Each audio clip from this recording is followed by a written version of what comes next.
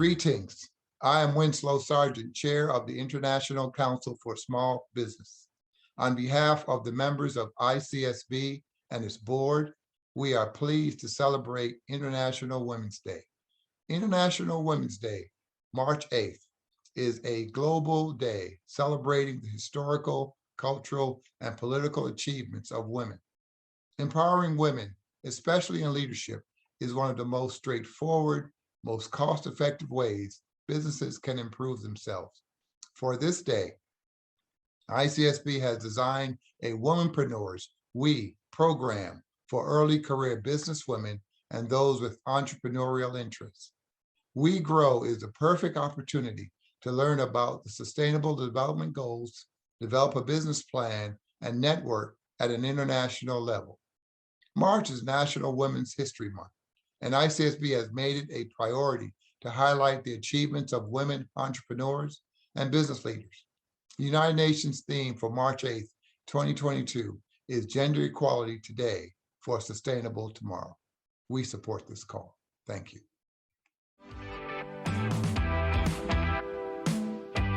Everyone. My name is Analia Pastran. I'm the Executive Director of Smartly, Social Enterprise on the Sustainable Development Goals. I'm also a member in the Steering Committee of the World Women Campaign of UN Habitat. Also, I have a different hats, but right now I'm delighted of being with my dear colleague Fernanda, sharing our view and experience from Latin America, specifically from Argentina to the rest of the region.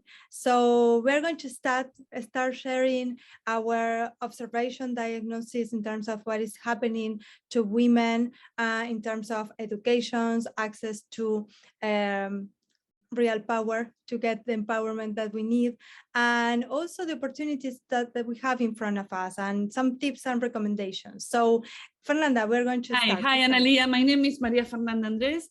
I'm the business director of Aceleradora Litoral.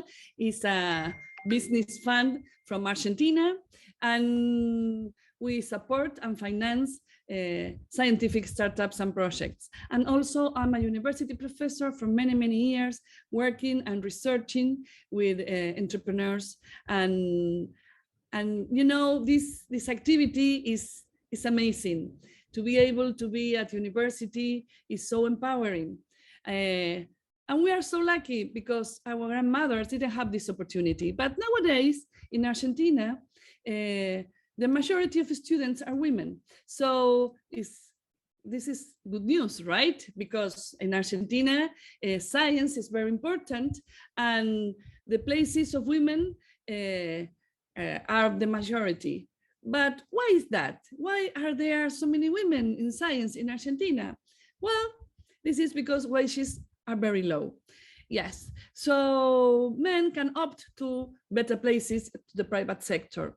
But also, it's important to realize that we have a vocation, you know. It's not just because the wages that we are researchers, but for example, some tips. There are 104 women authors of scientific papers for every 100 men. So despite these good numbers, there's still a need for them to have a more forceful presence in the positions of higher hierarchy, income, and power, because only 25% of the scientific units are directed by women. So there are so many women, but when you start to climb the ladder of hierarchy, top positions are taken by men.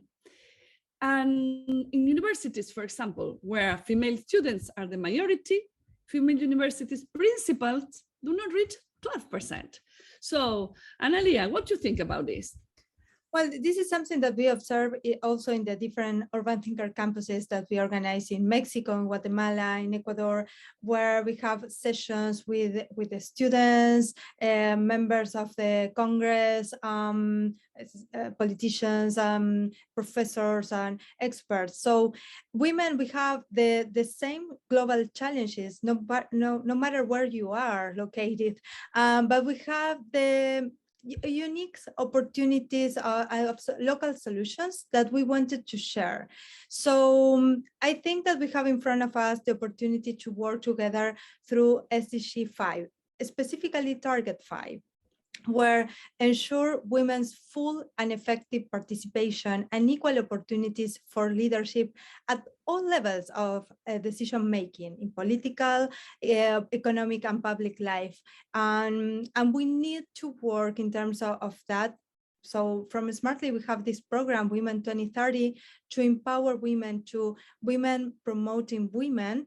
And we observed something that we've been talking with you, Fernanda, is that we have some structural issues in terms of when, for example, when men have some activities that are like sport games, that having these informal activities, they have the opportunity to connect to each other, to get finance, to work together in some projects, but not in a formal meeting.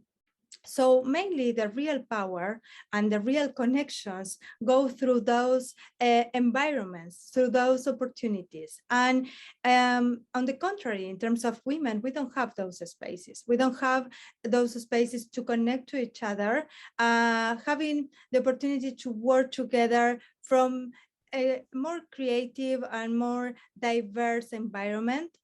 Usually we work more in a formal meeting, and that's not allow us to work and to create a trust environment that we need. So let me tell you one anecdote. Yeah. One day my dean, we were talking about these issues, asked me, have you ever felt discriminated? Have you ever felt aside? And I said, okay, tell me, at what time do you put important meetings? Late at night, so everyone can be there. But women, we have to go home because we have kids. So most of us cannot attend these meetings. So he's like, oh my gosh, I didn't realize about it. And I'm like, oh, maybe when you are playing soccer or having some beers with the guys, important information, important contacts, important decisions circulate among you. And this is not obvious, this is very subtle, but this situation leads to concrete effects. Women end up less funded, their scientific work less cited. That's the way how researchers are rated. And women are less invited to scientific meetings, which in turn reduces exposure and feeds this very vicious cycle. So those differences that are sometimes so subtle and sometimes so naturalized, you don't even notice them. So this is what we wanted to approach. Now we are at higher education levels, we are the majority, but still there are big issues and big difference. So we want to have some recommendations, because we want to give you some recommendations because we think that diversity of perspectives will lead to better results.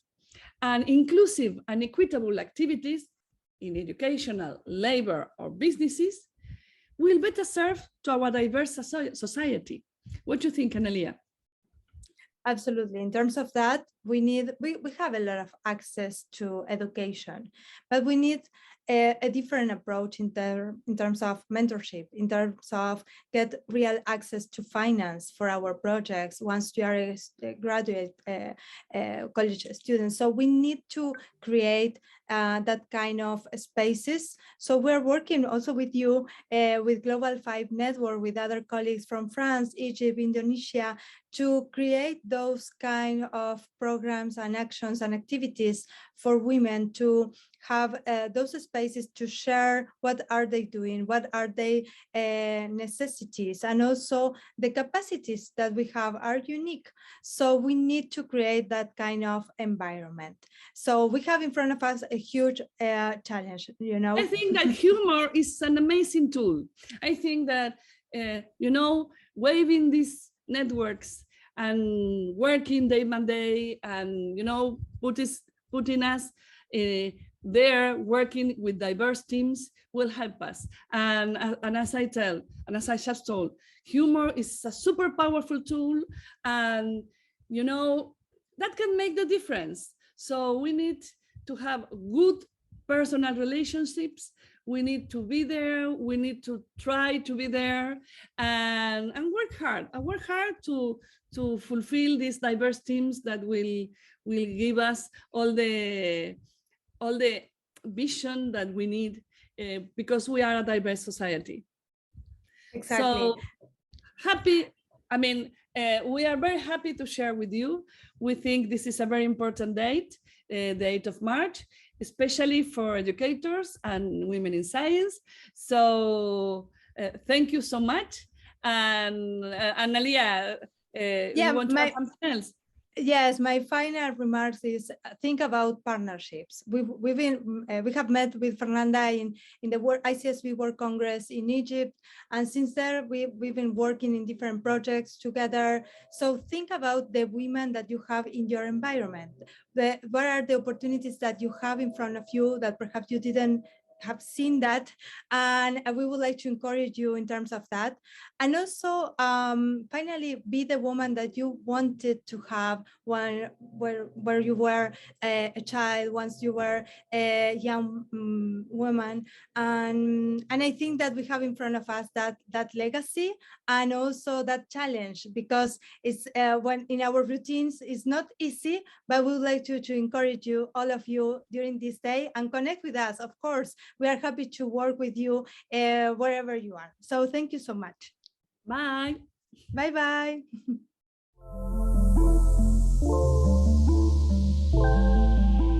Desde la Universidad Nacional de Rafaela, este 8 de marzo queremos sumarnos para celebrar los avances en los derechos que las mujeres han ido conquistando, pero también continuar con nuestro compromiso para lograr que más mujeres en el mundo puedan acceder a educación, a la ciencia, a la tecnología, a condiciones de empleo dignos, y continuamos con nuestro compromiso de generación de espacios y de herramientas que permitan formar a las mujeres para que puedan desarrollar y darle viabilidad a sus proyectos y transformarlos en una realidad que les permita desarrollarse laboralmente y poder alcanzar las metas y objetivos que se proponen.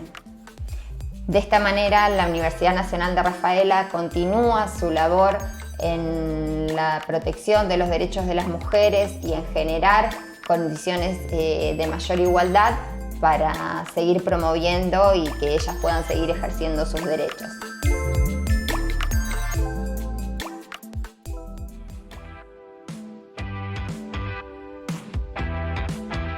Hi, I'm Tamara Blackall and I'm the IPA Group's Director of Public Affairs and Advocacy. I'm also a lifelong student and an educator. The first time I heard about the International Women's Day was, in fact, in primary school, which I attended in former Yugoslavia, my birth country.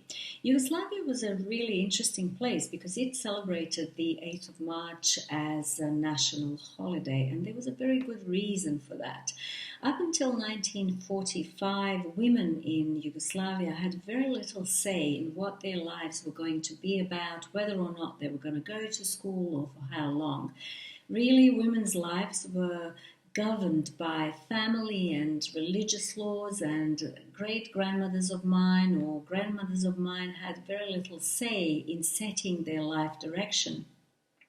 In 1946, the modernizing Yugoslav state decided that it was time to change this, and it gave women their full social, political, economic, and education rights, building them into the Yugoslav constitution. Ever since, Yugoslavia and the states that inherited it have been celebrating the 8th of March as a very important cultural holiday. After all, emancipation has been achieved.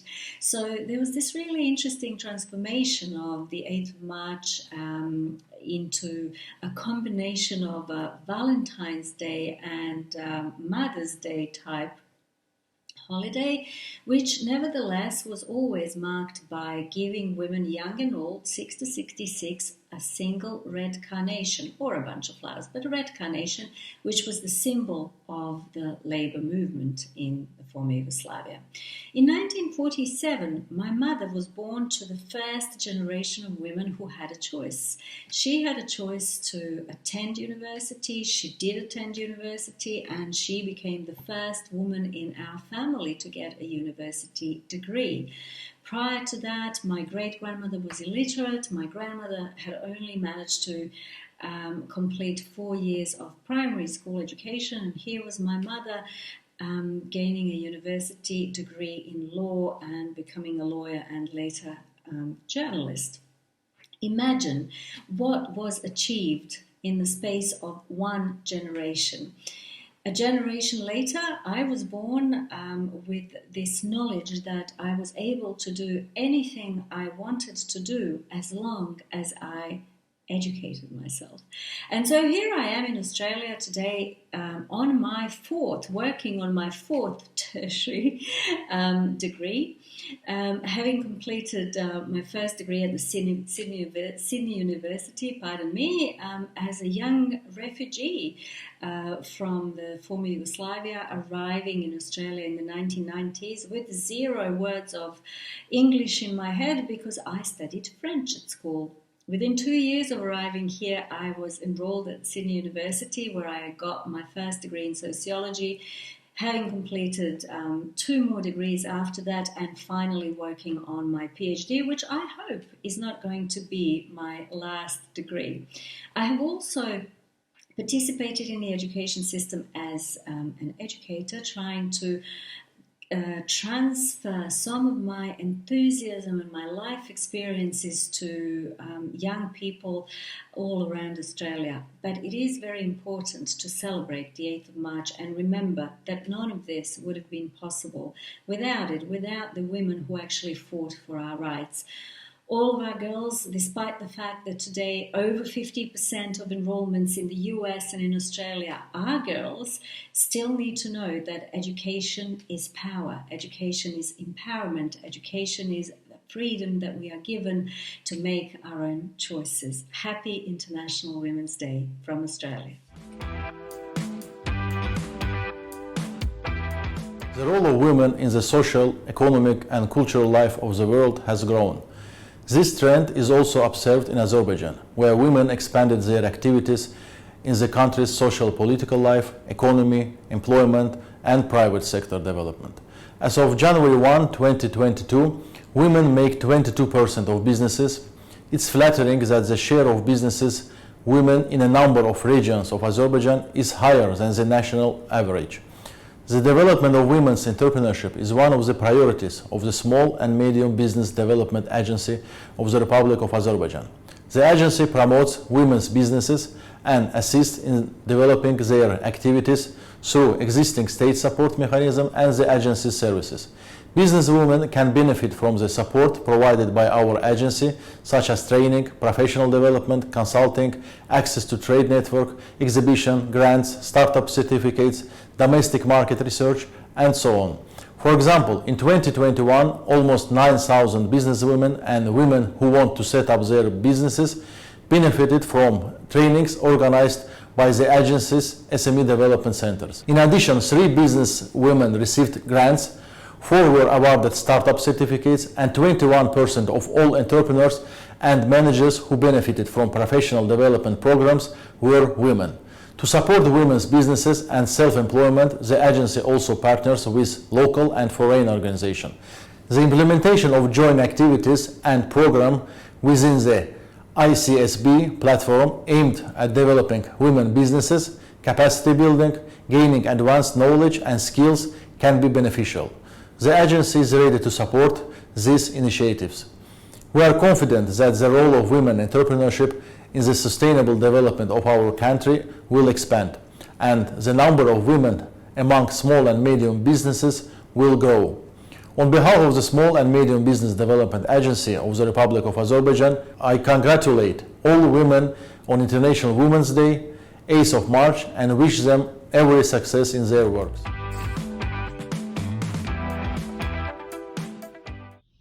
Oi, hello, I am Ana Luisa. I'm from Brazil. It's an honor to represent my country at International Council of Small Business to celebrate the International Women's Day.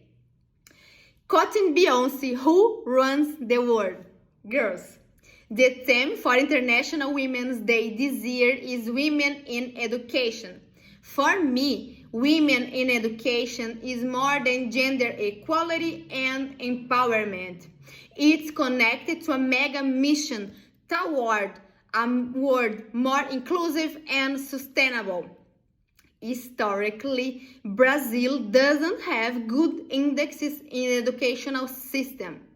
The Brazilian educational system has faced many challenges, such as scarcity of researchers, social inequalities, unequal opportunities, social exclusion. Consequently, this scenario conduces uncertainties, difficult to innovate, and lack of self-motivation, especially for us women. I am a daughter of farmers, a sister, and a wife. I was raised in a small town, but I always had a huge support for education. My parents always said to me, "No one can take away the knowledge from you, so study." Since I was a child, I have dreamed to work with education and teaching. Then, when I was 14 years old, I left my parents' house to enroll in a high school, undergraduate, and graduate in another city. No one believed that a Brazilian girl who lived in such a small town would make it this so far, except me. My connection with social issues took me to be the first woman in my town to represent my country as a Brazilian delegate in the Youth Assembly supported by United Nations in Washington, D.C. In Brazil, the proportion of people with a doctorate represents less than 1% of the population. I am the only one in my family to enroll in a doctoral degree. As a PhD candidate and a researcher, I have been investigating social innovation in vulnerable and marginalized communities in the Amazonian region. I have noticed women and girls fighting for better education and inclusion in the middle of the forest. They acted collectively and demanded for codes for education for traditional people at local university, and they got it. This represents the power of collaboration of these communities in search for a dignity educational system. I was right in my dreams and in my feelings because I found my proposal of life as a professor. I am very passionate about teaching, sharing, and learning. I am a faculty member at a business department in a regional university in south of Brazil. And I can feel the power of education when students tell me how the class has been improving their work, their social skills, and when they get a job. I can feel how powerful and transformative women in education are. Do you remember the little girl who lived in such a small town? She was recognized as most impactful educator in social business creation in 2021 in Montreal. For me, it's more than a war. It is strongly connected to my mission to transform and impact students' lives, and it's aligned with my purpose of life. Despite of gender equality gap in Brazil improved the entrepreneurship index in my country. Currently, there are 30 million entrepreneurial women. Moreover, in Latin America, social and entrepreneur area, there are many social business leading by women. I have recently started my own business, a mentoring program to help master and doctoral students. The program aims to accelerate their academic careers. This represents better opportunities towards gender equality and power of human can be conquering democratic spaces and strengthening transformative leaderships. According to Paulo Freire, education does not change the world. Education changes people, and people change the world.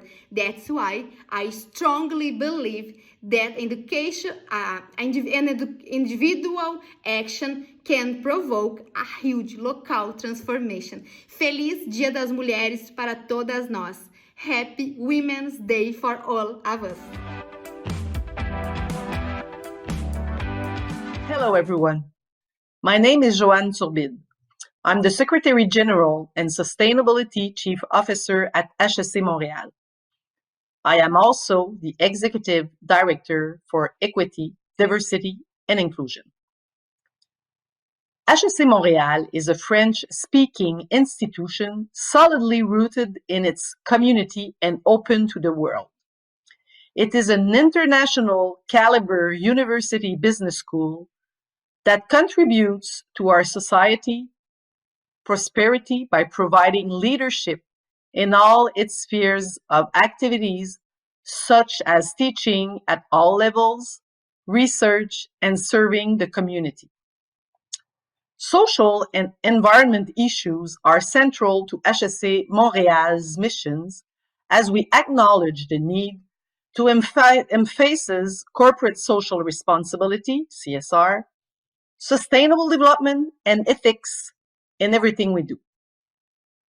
Our top priorities involve expanding knowledge and transfer activities in the areas of CSR, sustainable development, and ethics, as well as developing exemplary practices. We are a school that launches, generates, and supports initiatives with concrete social and environmental benefits to the community. As two of our top institutional initiatives, we are very proud of having the Social Impact Center and the Equity, Diversity, and Inclusion concept. Our role as an educational institution is to offer insightful programs and activities which are designed to help the next generations of social innovators and entrepreneurs to grow academically and socially. One of our big actors in making this possible is IDEAS, our Social Impact Center, which supports our students in empowering their potential and gaining perspective. Particularly, the center organizes pre-incubation, incubation, and acceleration of social impact projects and organizations. For instance, in partnership with Professor Mohamed Yunus, 2006 Nobel Peace Prize laureates, IDEAS, hold a yearly competition which figures among its successful activities. We have taken up a unique initiatives through the Social Business Creation Competition, which offers a pedagogical platform to social businesses enthusiasts from around the world and helps expand their knowledge and expertise in the social business movement. In 2020, HEC Montréal adopted an EDI policy along with an action plan. Specific measures have been put in place to ensure gender parity and diversity within our community. This means creating an inclusive environment, making sure that we appreciate each and everyone's engaging role, and where people are given the opportunity to partake in the culture of support for EDI at HEC Montréal. All these outstanding initiatives and accomplishments would not have been achieved without the collaboration of my faculty colleagues who are influential women leaders in their community, namely Caroline Aubé, Director of Research and Knowledge Transfer, Pénélope Codello, Director of the Certificates Program, Marie-Hélène Jobin, Director, International Partnership and Associate Director of the Healthcare Management Hub, Pôle Santé, and Mai Tai, our Director of Social Business Creation. Finally, it is thrilling to see the progress that our societies have made so far. However, greater efforts must be made to build a more equitable and inclusive world, as we are all committed to making great changes in the years to come. Thank you very much.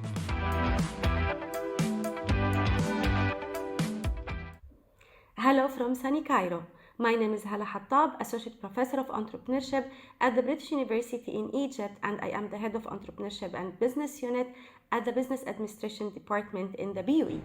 I'm glad to be talking to you in this important day, the International Women's Day, and I'm glad that this year women in academia are being highlighted. I'm very thankful to Engineer Ahmed Osman for availing this opportunity to me. I started teaching entrepreneurship in 2008. And at that time, it would take me 30 to 45 minutes to tell people what do I teach, to answer their questions regarding material, assessment, content, and what is the outcome of the courses I'm teaching. Sometimes it would take me to conclude the discussion by saying, I teach students how to start their own businesses.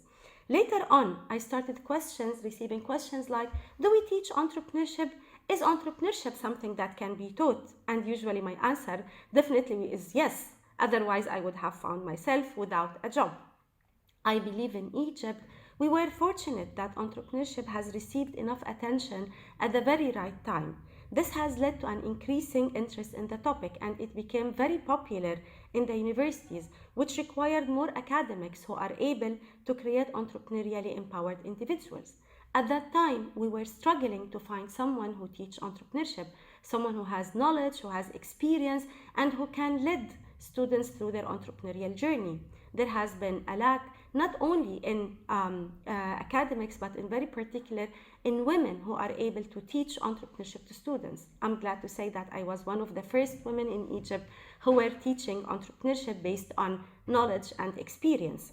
Everyone is very important when it comes to teaching, whether a male or a female professor, through their knowledge and experience. But women professors' role expands beyond delivering material or assessing performance. Women are role models, especially for female students. Their resilience, their confidence, and assertiveness can help shaping students' personality. It's infectious.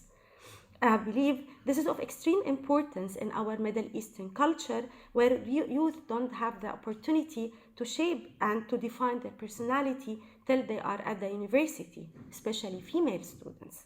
Talking about entrepreneurship is specific, when professors can be mentors, can be support system, can be cheerleaders.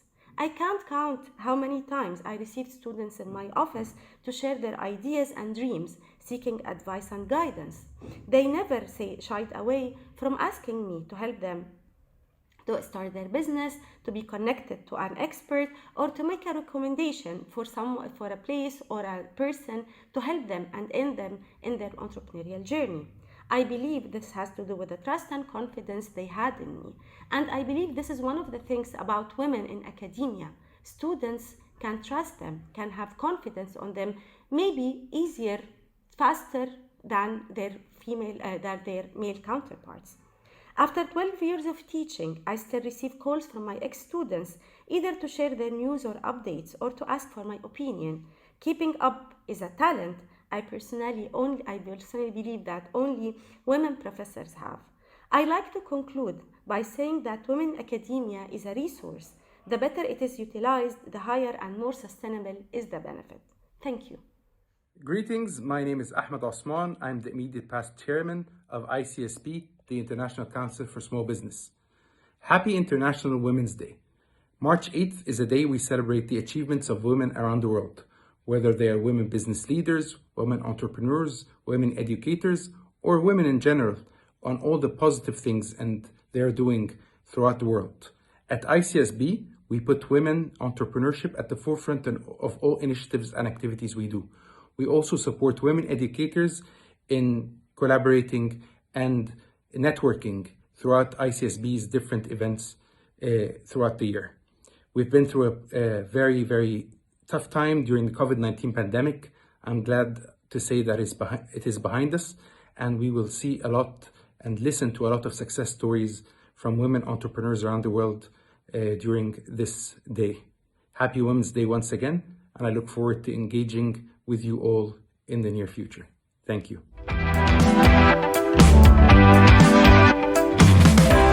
Greetings, everyone. First of all, thank you for this invitation to join the ICSB International Council for Small Business to celebrate International Women's Day 2022, to remind us about the importance of strengthening women empowerment. My name is Dia Yusuf from Indonesia. I am an entrepreneur, business consultant, and advisor for many enterprises in Indonesia. I am the founder and CEO of Indonesia Prima, a business support organization as a development center for exploring, maintaining, and leveraging entrepreneurial mindsets, skill sets, and spirit for better life. Now, I also as chairwoman of Womenpreneurs Indonesia Networks, or WIN, we just inaugurated last January by Minister of Women Empowerment and Child Protection Republic of Indonesia. WINs exist to support SDG number 5, 8, 10, and 17. The roles of WIN, Womenpreneurs Indonesia Networks, is creating awareness Indonesian womenpreneurs by entrepreneurship, education, and inspiration to take assertive actions, then she being ready to transform and become reliable womenpreneurs Indonesia, supported with good health, mentality, and physically in harmonious family surrounding. Women entrepreneurs play a significant role in producing jobs, wealth, poverty reduction, human development, education, health, and nations development. In developed nations, there are many aspects influencing to increase women entrepreneurship, such as self-fulfillment, creative skills, desire to independence, desire for wealth and power, and social status. On the other hand, in developing country like us in Indonesia, studies show that there are most cases in which self-employed women are pushed by economic and social conditions such as less income, poverty, widowing, high rate of unemployment, and divorce problems.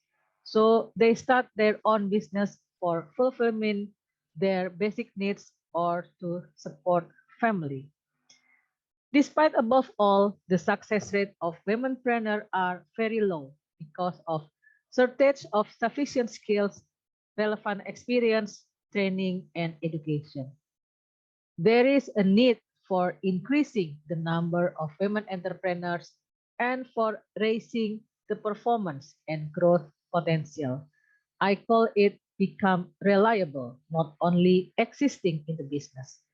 One of womenpreneur face is lack of confidence. This feeling will be misleading to achieve greater opportunity. Confidence can be raised up by building capacity and competence. Training and education play an important role in this regard. An understanding of the fundamental capacities is critical in the face of the many challenges and contexts confronting women entrepreneurs. So we actively educate womenpreneurs through various activities to get a better understanding of the fundamental entrepreneurial capacities of women entrepreneurs and to develop an educational and training program that enables early stage to scaling up womenpreneurs to motivating and facilitate their entrepreneurial success. Together, we can forge women's equality. Together, we will shine. Collectively, we can all break the bias. Let's win. Happy International Women's Day.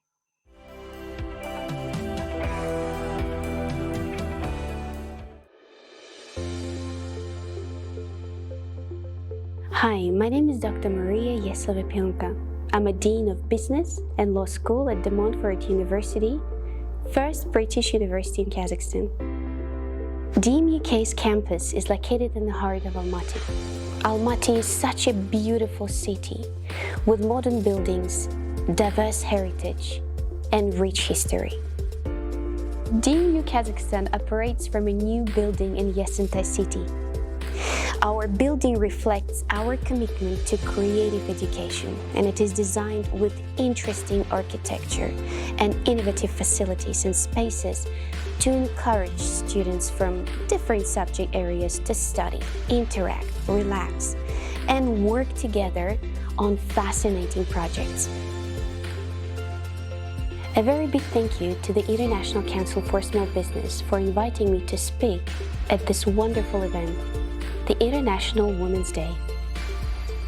The 8th of March serves as a reminder for us to celebrate women's and girls' rights. This is also a day to celebrate their accomplishments. I wanted to send a very important message to all the women worldwide.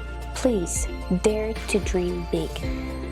I could write a book about all the challenges and difficulties I faced throughout my career, but it's very important to stay on the positive side. I am an associate professor in finance, and I couldn't miss an opportunity to talk about numbers. The number 8, the 8th of March, also signifies a very important, positive, and strong feminine energy. So let's use this number to achieve our life's goals. On this high note, I would like to say, let's start our new beginnings. Let's start our new chapters.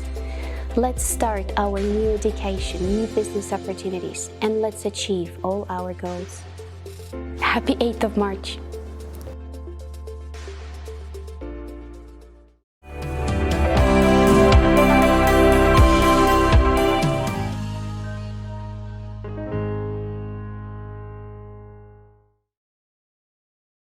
My name is Nordini Rusli. I am a senior lecturer at the Faculty of Agro-Based Industry, University Malaysia Kelantan, Chile campus, and also a coordinator of Animal Husbandry Science Program, SPH, as well as Associate Fellow of Institute of Food Security and Sustainable Agriculture, UMK.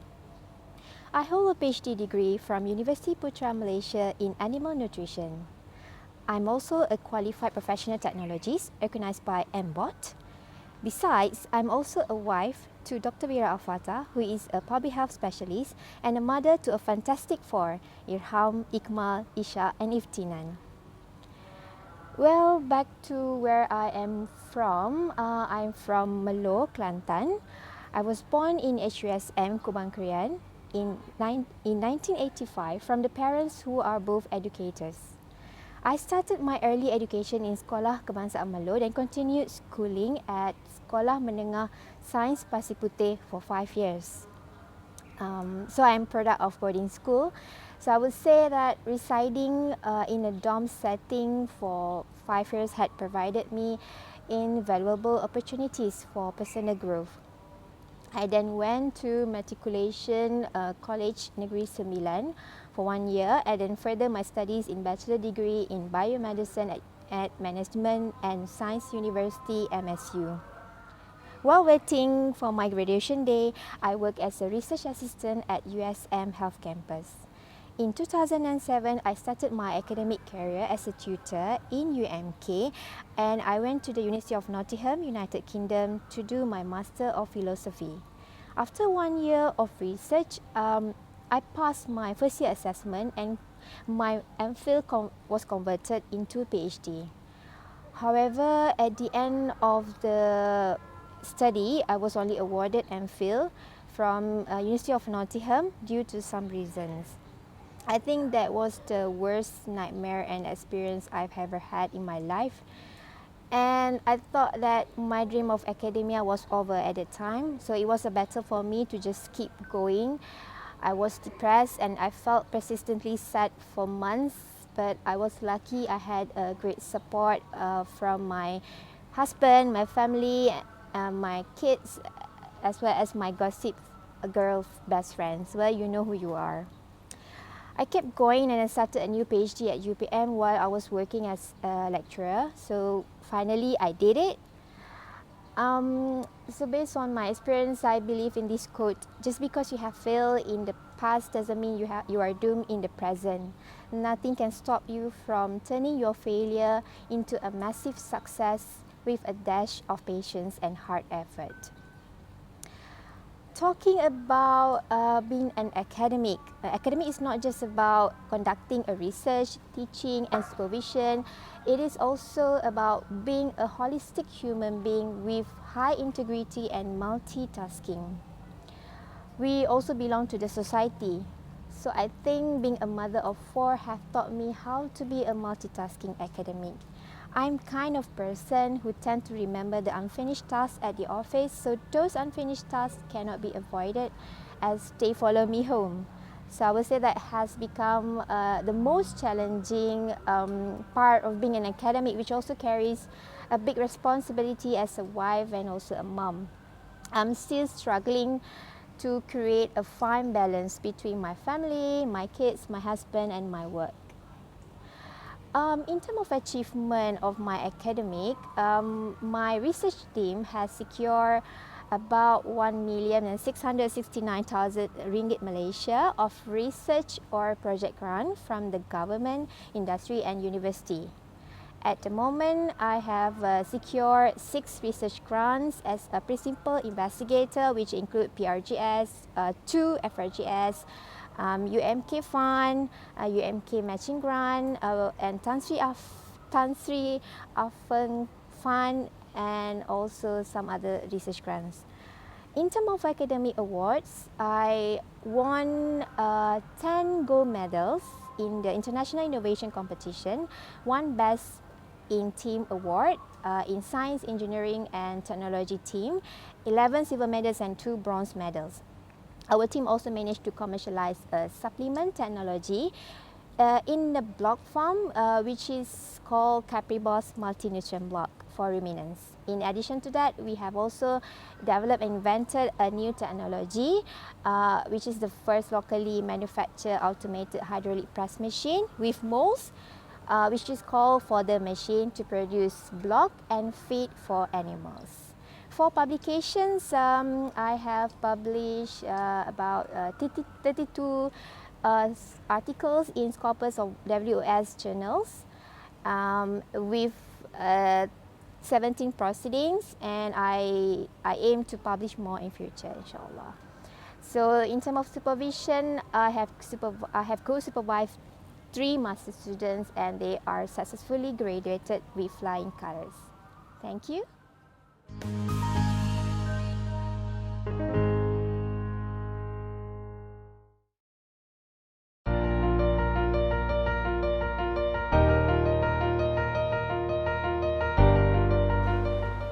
I'm Juliwati Muhammad, a lecturer from University Malaysia, Kelantan, Malaysia.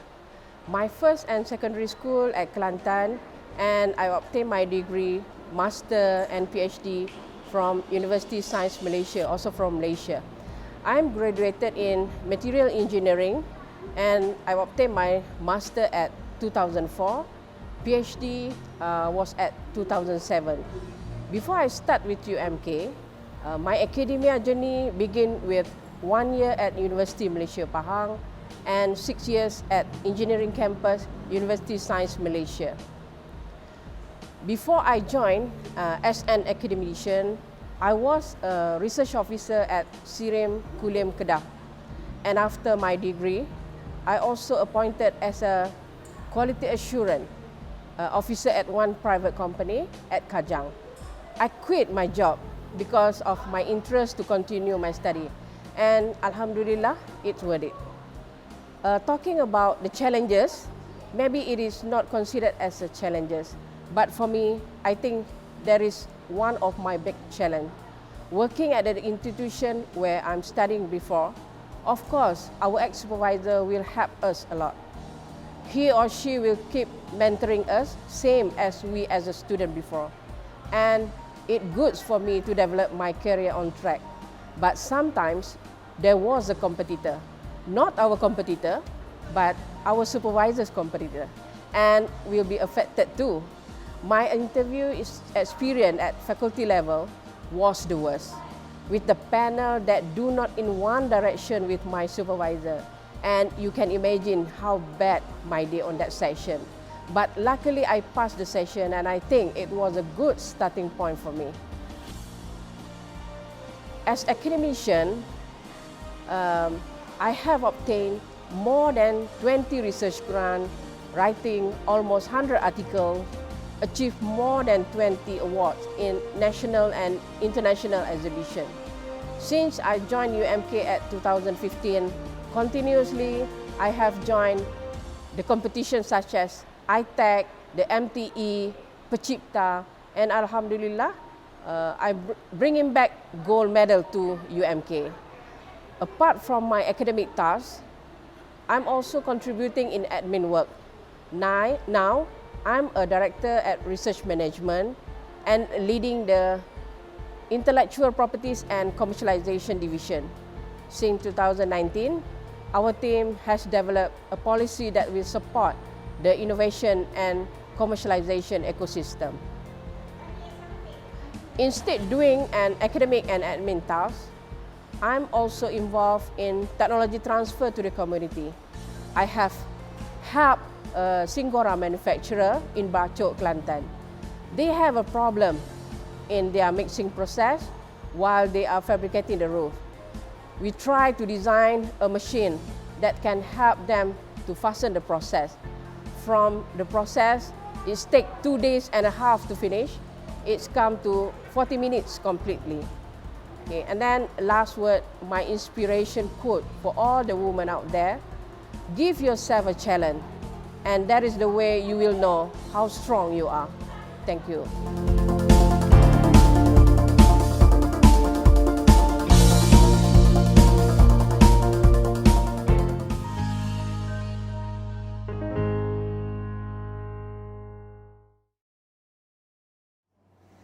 Okay, I'm Rosalina Ahmad Saufi. Currently, I'm the Dean of the Malaysian Graduate School of Entrepreneurship and Business at the University Malaysia, Kelantan. Okay. Just to brief you, who am I actually? Yeah. I was born more than 55 years ago, right?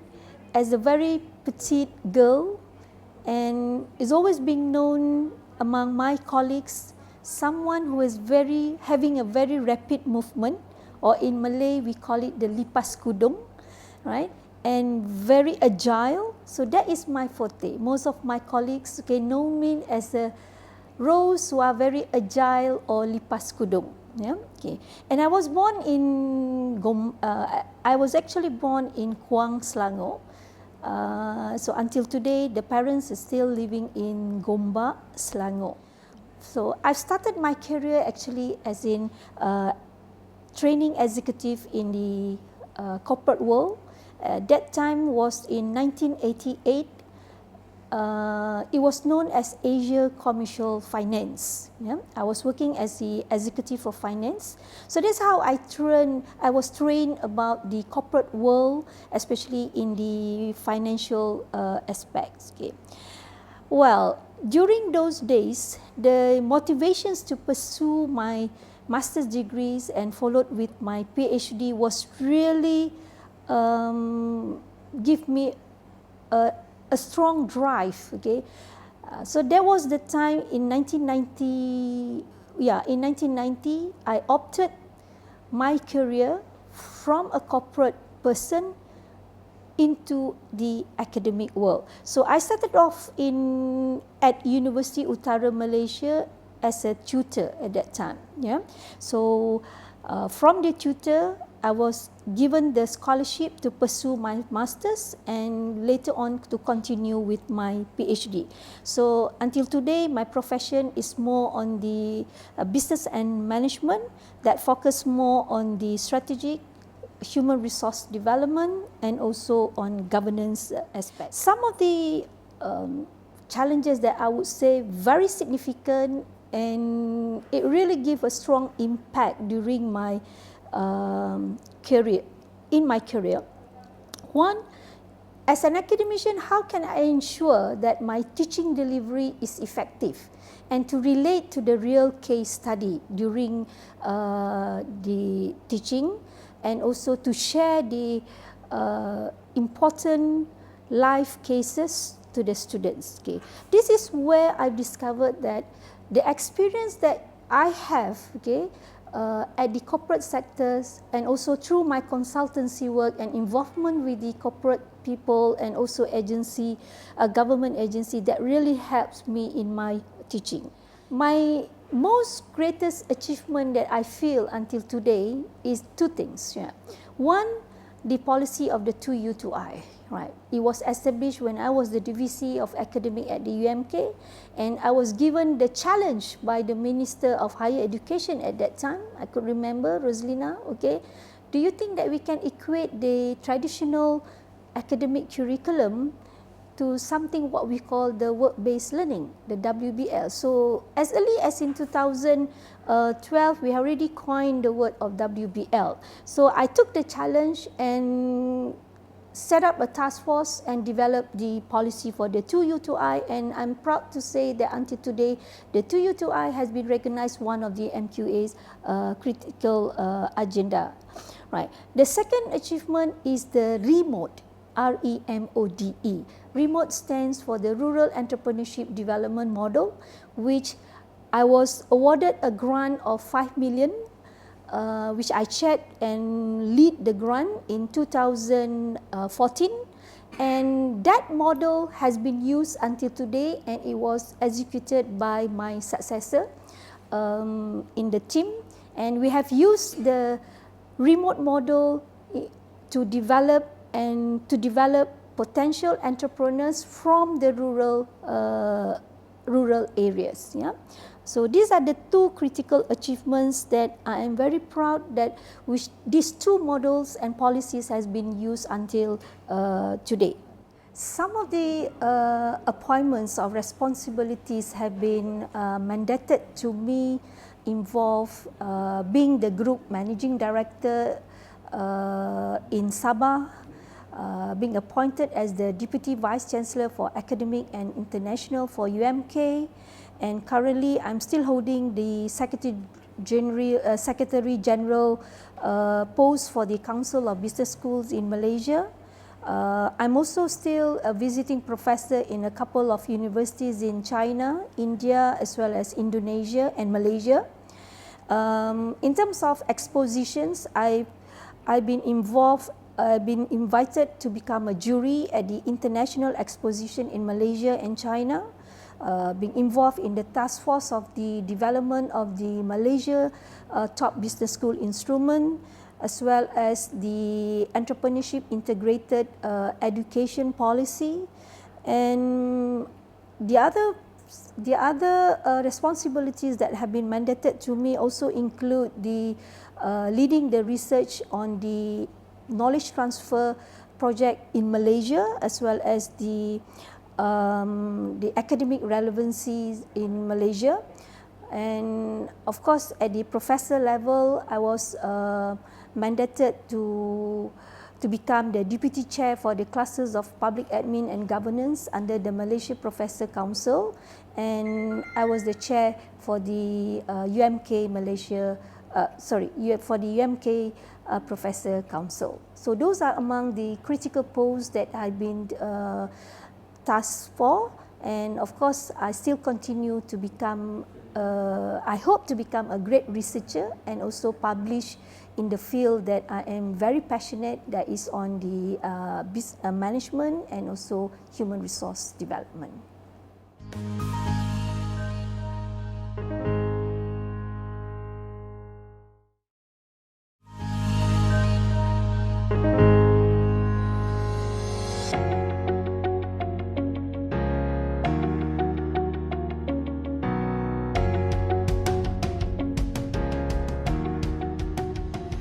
Good morning and Assalamualaikum, and happy International Women's Day. I am Nik Mahira Nik Muhammad. I'm a professor of finance from University Malaysia Kelantan and currently holding a position as Deputy Vice Chancellor of Academic and Internationals and acting vice chancellors. I would like to share a little bit about my experience as an academician. I've been an academician since 2002, and now it's almost 22 years. Previously, I was working as investment analyst at Kuala Lumpur Stock Exchange, and after 4 years being in the industry, I joined the government sectors as tax executive officers at Inland Revenue Board of Malaysia. Being an academician, my area of expertise is finance, particularly in behavioral finance and financial planning. Having vast experience in taxation and investment, my focus is very much on investment decision and also tax planning. Being a leader in an organization is not easy for Malaysian culture, especially to be a number one in an organization. One of the reasons is because you need to work with men, which is the majority of them heading the same position as you. However, my experience with the industries and also my linkages with the community that make me having the experience of having what we call it, work together with men out there. I am a founder of Beehive Malaysia, which is a project by the United States of Government on enhancing social innovation among youth. From that project, I was given a grant by the United States of Government, and the impact of that project has contributed to almost 1,000 youth involved in sharing their creativity and innovation in social entrepreneurship. And among them, about 6 of them has started a business that is associated with social entrepreneurship and social innovation. Apart from working on social innovation among youth, I am also a co-founder for Women Entrepreneurship Institute at University of Malaysia Kelantan, which is also in collaboration with United States of Government, especially on US Embassy at Kuala Lumpur. So various programs that we have done under this association, where we have brought about 10 entrepreneurs to United States under a project called IVLP, which is International Voluntarily Leadership Program. So all in all, my passion into entrepreneurship and my passion to develop youth and women has been materialized through these 2 projects. In terms of research and publication, my focus is very much on investment, basically on the decision making, and also apart from entrepreneurial finance activities as well. In Kelantan, we were known as entrepreneurial state, and the focus mostly on the women entrepreneurial. Many of them is micro entrepreneur in nature. So our role at the University of Malaysia Kelantan is to upskill or reskill them so that they can enhance their business and they are able to bring their products and also themselves at the higher level, especially to the international levels. So among the idea of the establishment of Women Institute is not just to help students in the university, but also to help community, particularly women in Kelantan per se. So that's generally my contribution to the community. And being an entrepreneurial university, UMK also need to be known as outstanding and #1 entrepreneurial university in Malaysia, and of course also in the world.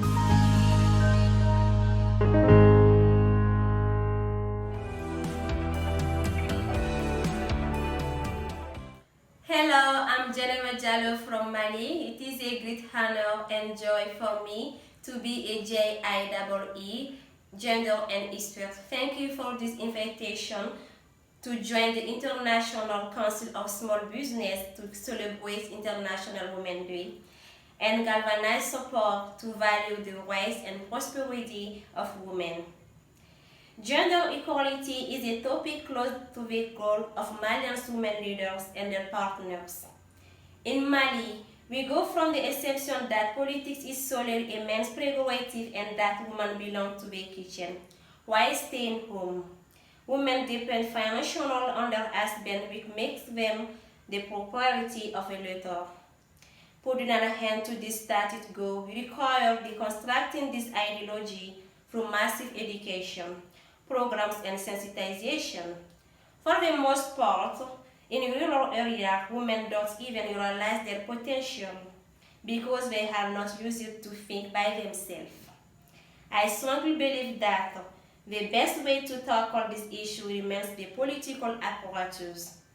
If women are represented in the decision-making circle, they can help design laws that take into consideration women's needs.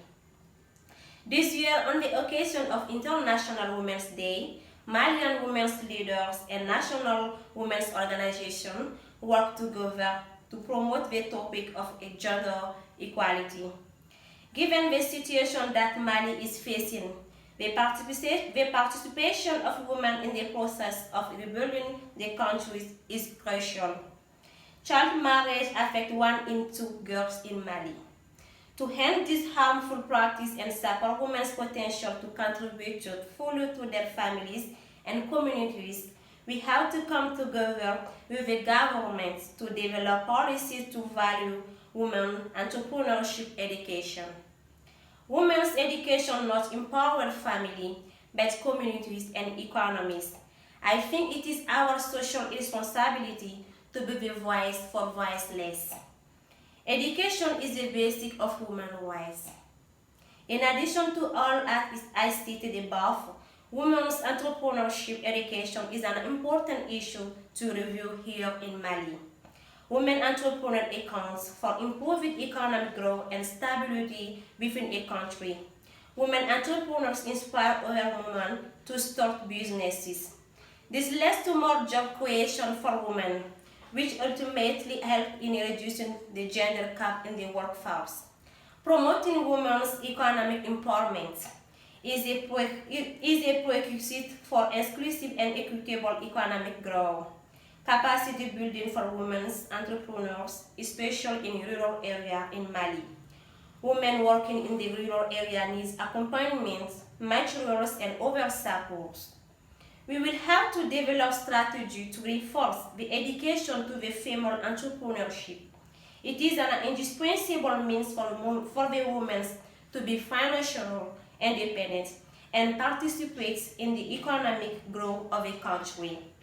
Thank you for everyone and happy International Women's Day to all women in the world. Thank you.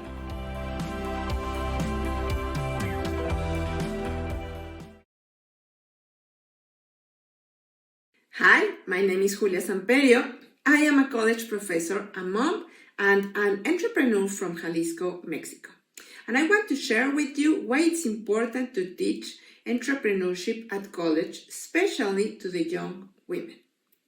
We already know that there are some social and cultural structures that doesn't allow women to have a complete development. In many ways, those structures have been creating some barriers for women, and the young ones need to be aware about those so they can be prepared to smash them. Back in 1945, women had to work to bring food for their families because of the war. And women learned that they were very good workers and they liked to have a place in the labor force and to be part of that world. But it was not well seen because, as a tradition in many cultures, women had a reproductive job, and that means to stay at home and take care of the family. So, in the moment that this pattern is broke, the conflict starts. Nevertheless, many women have tried to break down those barriers by getting themselves involved in the productive job. mostly at many companies. But soon they began to find out different barriers, like they can get directive positions only because they were women, or because many corporate cultures are designed by non-believing people that think that women can't take those spots with responsibility and with a very professional commitment. In fact, there is a metaphor about that feeling that is called the glass ceiling. Also, people, mostly women, that feel that doesn't matter the achievement they have reached, they think they are not good enough to deserve for better. This fact is known as an imposter syndrome. Another issue is the wage gap between genders. At least in my country, Mexico, according to the United Nations Women in 2021, that wage gap was about 34.3%, which means that women are earning less for doing the same job as men. Another way of development while being in the labor force is by not being hired at a company is to create their own job, to become an entrepreneur, which is by definition the creation of new things. Most women who are at entrepreneurship are able to manage their agendas, their salaries, and their self-confidence while doing what they like to do. So, entrepreneurship is a very good way to create professional life, to manage the time, combining the work with the family, and also a very good way to contribute to the family economy. According to the United Nations Development Programme, it has been shown time and time again and again that empowering women and girls has a multiplier effect and helps promote growth and development. Young women deserve to know that there are very different ways to reach their potential, and entrepreneurship is one of them. Teaching entrepreneurship is at college could be a change life maker, and it could change economies and could bring a well-being state for many women as they contribute to a personal development to open the door for many girls. Let's empower women to be themselves, to reach their goals, and to create their own future. Thank you so much, and regards from Mexico.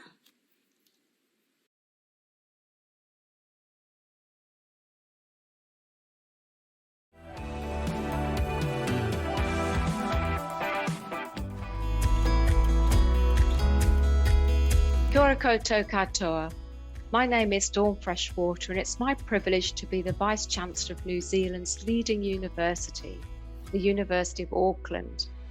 Thank you for this invitation to join the International Council of Small Business to celebrate International Women's Day and to galvanise support to advance the rights and prosperity of women and girls. Gender equality is a topic close to the heart of New Zealand. For example, New Zealand was the first country to give women the right to vote. Here at the University of Auckland, Kate Edgar was the first woman in New Zealand to gain a university degree and was the first woman in the British Empire to earn a Bachelor of Arts. Education is vital in order for women to prosper and pays dividends to the communities it helps ensure that future generations are better educated. Education is the gateway to gender equality. But equality is not always about treating everyone the same. It is about treating people in such a way that the outcome for each person can be the same.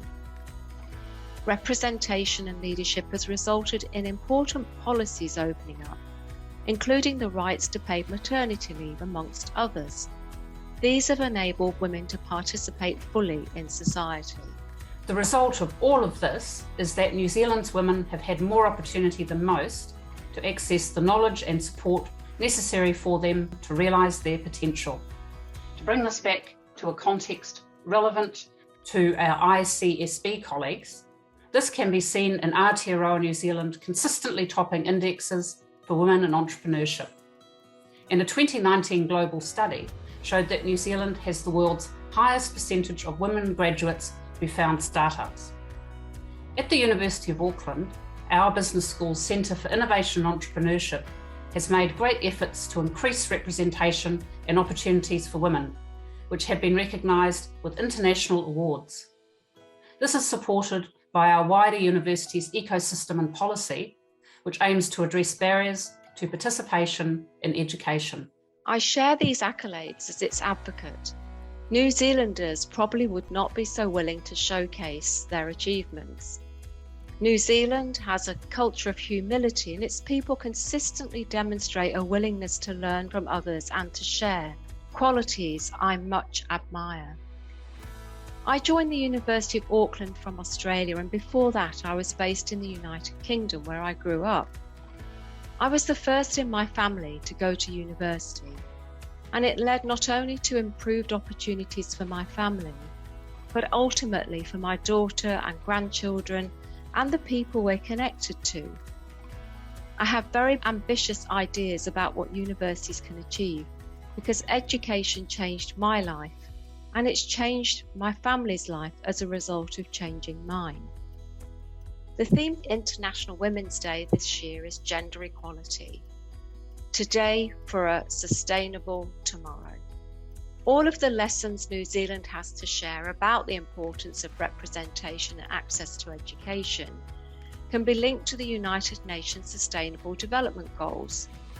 It may not surprise you then to learn that the University of Auckland has consistently ranked in the top of the leaderboard in the Times Higher Education Impact Rankings. One of the many drivers for this again is New Zealand's culture. Maori, New Zealand's Indigenous people, have a very special worldview of tikanga that is based around the needs of the community rather than the individual, and a respect for the environment. I leave you today with an introduction to 3 key concepts to tikanga. Firstly, manaakitanga, extending love and compassion to others. Secondly, kaitiakitanga, guardianship to the land, sea and sky. And thirdly, katahitanga, the concept of togetherness, the importance of lifting each other up and extending our support to everyone and receiving the same back. Each of these concepts is beautiful, and that combined worldview is the perfect lens through which to address gender equality and sustainability to create a better future for us all.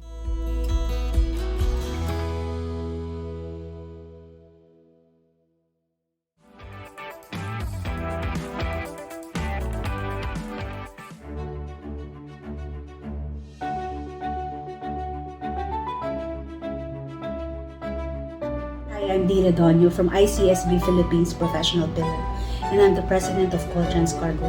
I am Christy Oreta from the ICSB Philippines Entrepreneurs Pillar, and the president and CEO of Inetos for Business Management. I'm Elsie Shalana from ICSB Philippines Education Pillar and the president and chief HR consultant of We Connect HR Solutions.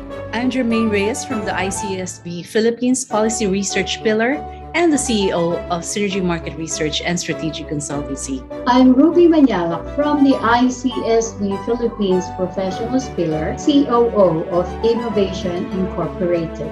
I'm Amri Dizon from the ICSB Philippines Professional Pillar and the Managing Partner and Chief Creative Officer of Vital Strats Creative Solutions. Faye Arellano Martinez from the ICSB Philippines Professionals Pillar and the current President and CEO of AQ Advertising. Pinky Yi from ICSB Philippines Entrepreneurs Social Enterprise Pillar and the President and CEO of Pure Essential Specialist Corporation.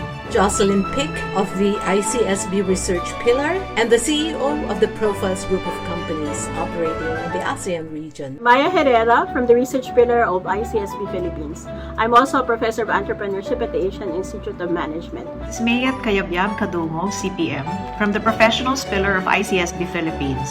I'm the head for marketing of Watcheng Philippines, your 8CG, and currently, I am the president of Philippine Marketing Association.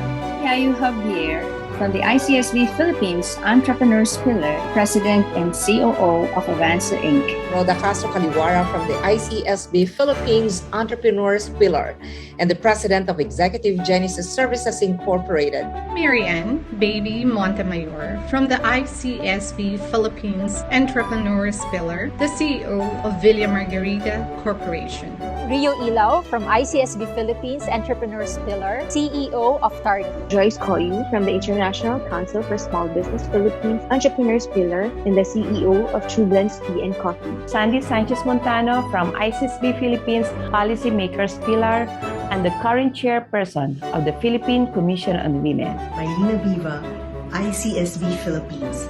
I am the President and CEO of Felta Multimedia Incorporated and the President of the Women's Business Council, Philippines. Philippine Commission on Women, a government agency mandated as the national machinery on gender equality and women empowerment, with the emphasis on the eradication of violence against women and their children, also on gender-based violence. In observance of the International Women's Day celebration with the theme, We Make Change Work for Women, PCW will focus on the sub-theme, Agenda ng Kababaihan tungo sa kaunlaran. It will be a celebration of women exercising their choices, taking chances to make their voices heard, and benefiting from and trailblazing changes. We are one with ICSB Global in celebrating the International Day for Women.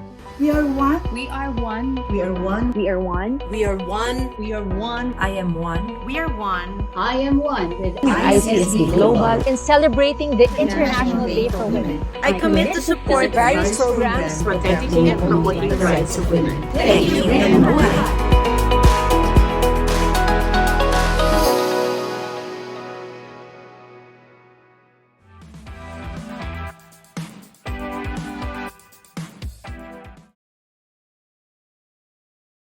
Hello, womenpreneurs. 안녕하세요.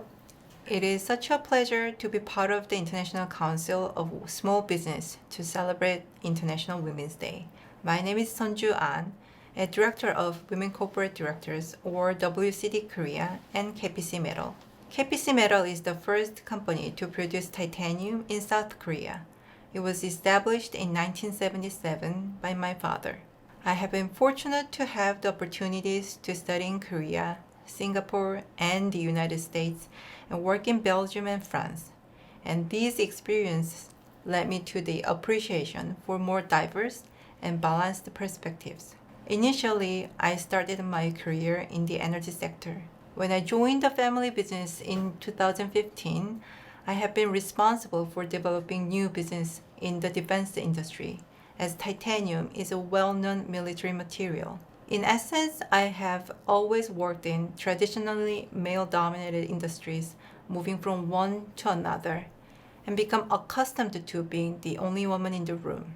Surrounded by men, most of them with former military experiences, I have felt considerable pressure to overcome gender bias and prove my competency.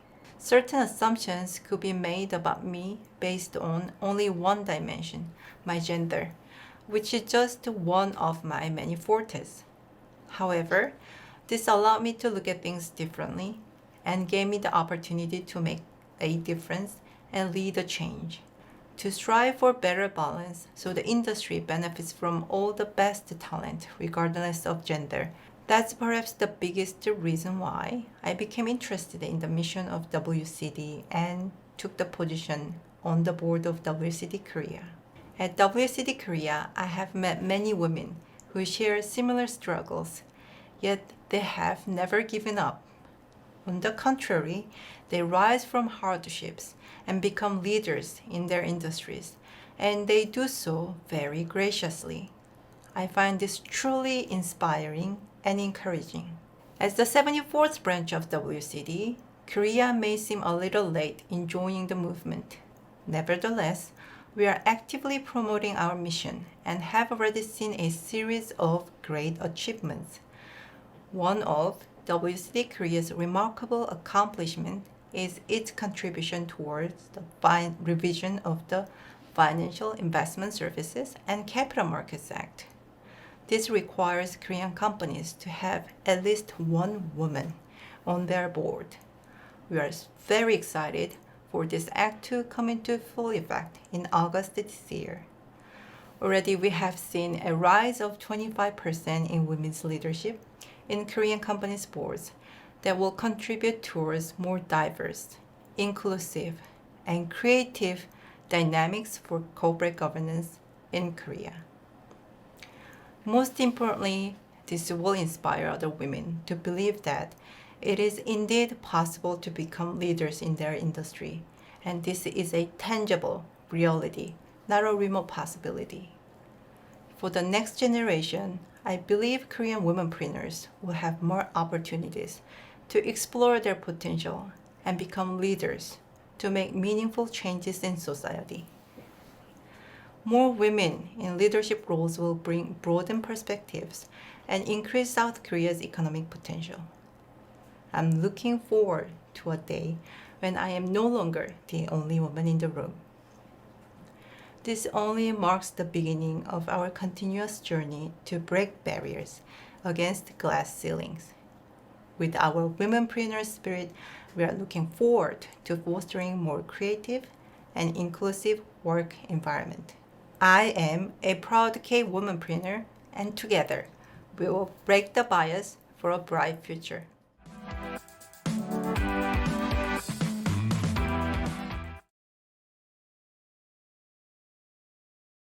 Hi, my name is Maya Dugu and I teach intellectual property, compliance and good governance at the School of Management in Fribourg, Switzerland. We are also known to be the school called HEG Fribourg and HESSO.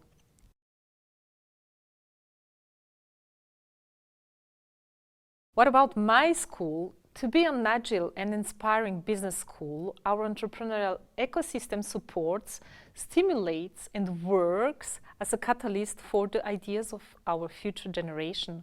We support, prepare, and empower leaders and international entrepreneurs to apply actionable executive skills to address global changes faced in business and society.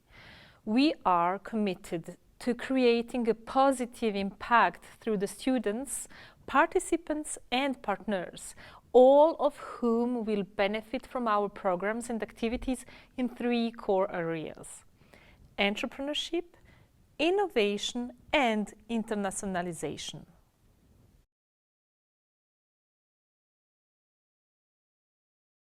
I am associate professor in our university, and I have to say that I'm not supposed to be there. To get to where I am, I had to break through glass-reinforced ceilings.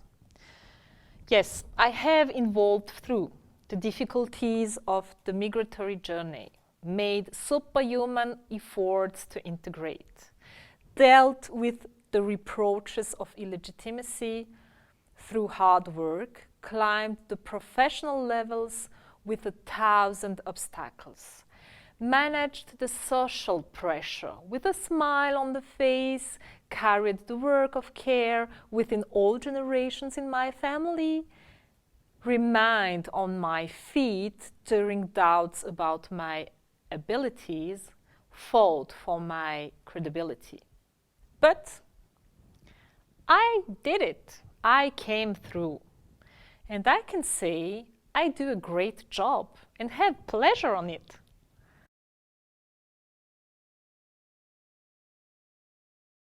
I'm supposed to, because our core values and guiding principles provide the context within which HEG strives for excellence.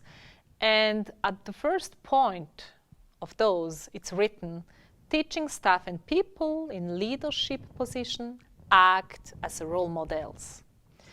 But I feel like a leader since not that long. And I have to admit that I do now, thanks to a student. I just do my job in the best and responsible way, putting in my lessons, my knowledge, and my personal experience, trying to practice a two-way teaching. In fact, I learn from students and they learn from me. I do my job with respect and empowerment to all of my students, giving the next generation all the tools and knowledge to be the change makers.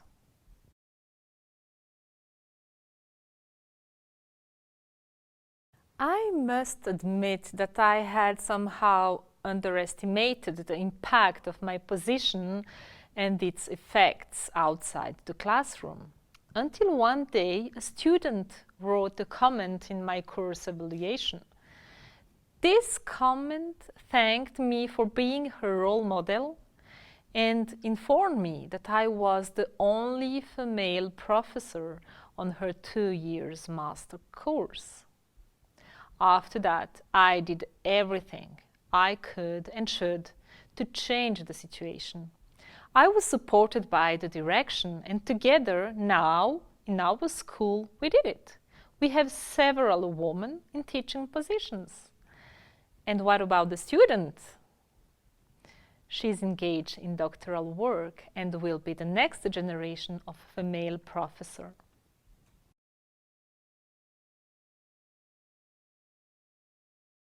There is a tendency to believe that in Switzerland all is well and that equality is archived and above all implemented. But although we are the country of fundamental rights, we still have much to improve. Our academical system is subject to regular and periodic checks on certain operating conditions. This is called accreditation and part of the quality system. These requirements are in federal law that requires the implementation of equality in practice in all entities and population of the university. We also have very clear requirements in the legal text on compliance and good governance. The problem is sometimes the micro criteria.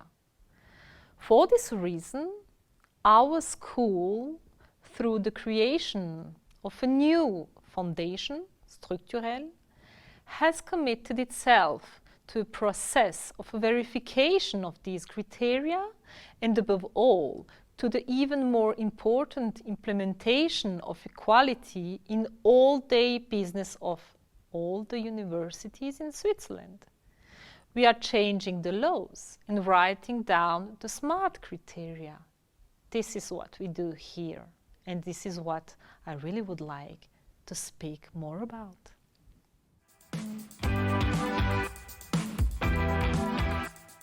Hi, my name is Ana Bradic, and I am currently an undergraduate student pursuing a double major at the George Washington University in International Affairs and Economics, with a minor in political science, and my concentration is in conflict resolution. Dolly Parton once said that if your actions create a legacy that inspires others to dream more, learn more, do more, and become more, then you are an excellent leader. I grew up in a community surrounded by powerful women that inspired me every single day to be better, do better, and contribute to the betterment of others. March 8th, National Women's Day, is a day to reflect and think about all of the incredible women who have led and inspired generations of young men and women in a limiting world. It is a day to simultaneously remind us of all of the work and progress that we have made, but more importantly, to evoke and remind us of the work that still needs to be done. The women I grew up with have taught me to be strong, have compassion, be passionate about knowledge, and be resilient through teaching leadership. I have always believed that education is the foundation for development and innovation, and specifically, the education of women is important in order to foster the growth and development of communities, societies, and economies. Due to having such powerful and positive influences around me, I was able to dream big. When I was a child, the question I was most commonly asked was what I wanted to be growing up. My answer was always a queen, a princess, a superhero. And as I got older, my answer never changed. And it was an answer having nothing to do with having privilege or having something no one else had, but rather having the leadership and the power in order to make an impact and change the world. And I genuinely believed that I could because of all of the women role models I had to look at around me. They were women leaders and innovators in fields of medicine, finance, entrepreneurship, administration, education, and so many others. And even though in school I saw and was taught male-dominant leadership and rule through historic studies, the women leaders around me changed and broke through these perceptions and these stereotypes of what qualities are necessary for leadership. You can be strong, but also compassionate, courageous but vulnerable, lead, but also have empathy for others. It was because of them that I have been inspired to dream, to follow my passions, and to fight for the maximum out of myself each day. Seeing women in different leadership roles paved the way of fostering my mind and impacted me monumentally. Women are deserving of powerful positions and have a specific role in the shaping and the formation of younger generations through their actions, practice, behavior, and achievements. Looking ahead, I am studying international affairs in order to make an impact. I strongly believe that an impact on even one individual is enough to be a catalyst for change. Today, still, girls and women all around the world are not receiving education, training, and even the bare respect as human beings. We need to continue to fight for the further development and empowerment of young girls and women. Young women need educators and role models because they're the leaders of tomorrow and they will impact the future. Hello, my name is Lenore Miller, Curator Emerita GW Museum. My career as an educator and curator in the visual arts continues to be fulfilling. Thank you for this invitation to join the International Council of Small Business to celebrate International Women's Day and render support to advance the rights and prosperity of women. My expertise is in academia and curation. The pandemic has had a profound effect on the museum field, as it has upended society in general, unfortunately.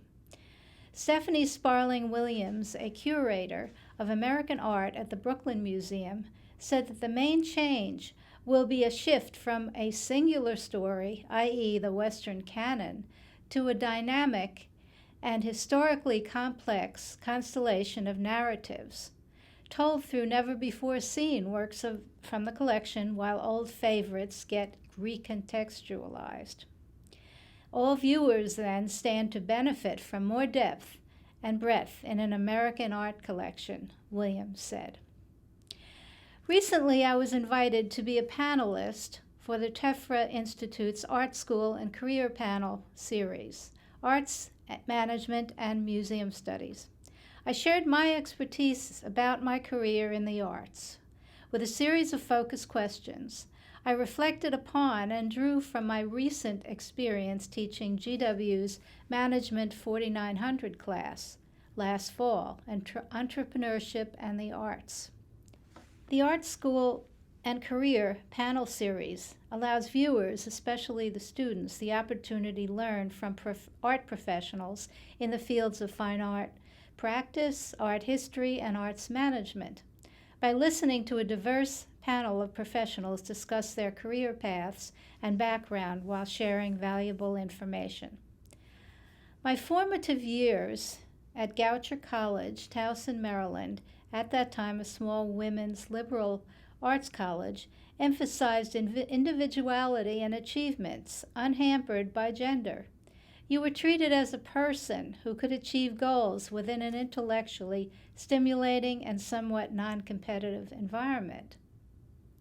When I began to realize I was good at art history, I took courses to study Renaissance and Baroque and also contemporary art. At the same time, I was making sculpture and prints.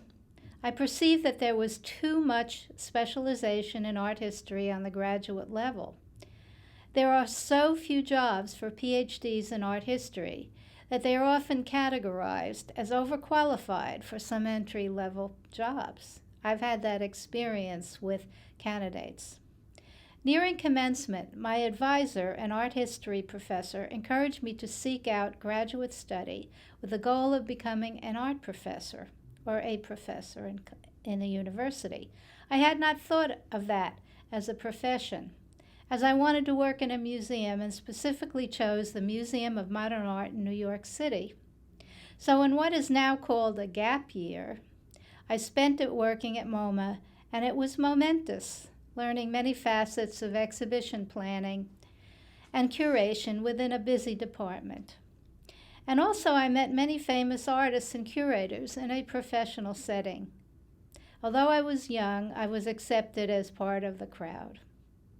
It was more like a paid internship than a job, but even then I did not feel hindered by being a woman, but knew I had to further my education to advance in the academic or museum field. That was my perception of the glass ceiling. I would advise students to secure a solid foundation in art history, social justice studies, and in the theory of design. Business management was something that I learned on the job. I learned about SWOT analysis, strengths, weakness, opportunity, threats, in starting a business venture. I had to read textbooks to catch up. Now, having just finished teaching this course in the business school, I realized how much I could learn from my students and my co-professor. So it was great. Business is logical and quantitative, and art history is both formal and historical. Business students could consider careers in the nonprofit sector, university, museum, or foundation. Good business practices are highly valued in this world.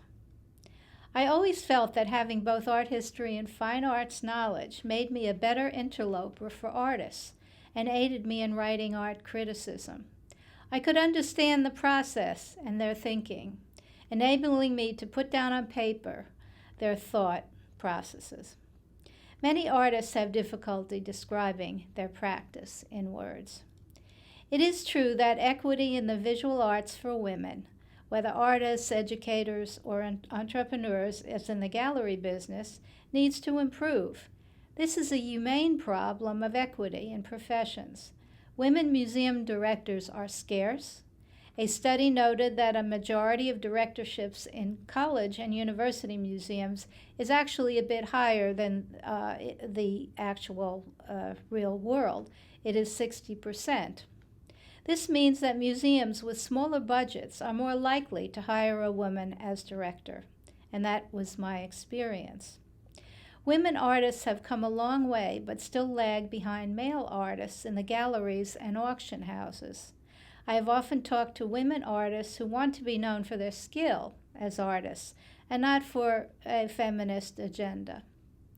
The women's movement certainly opened the door for many, and it continues to be a standard for equity in all fields.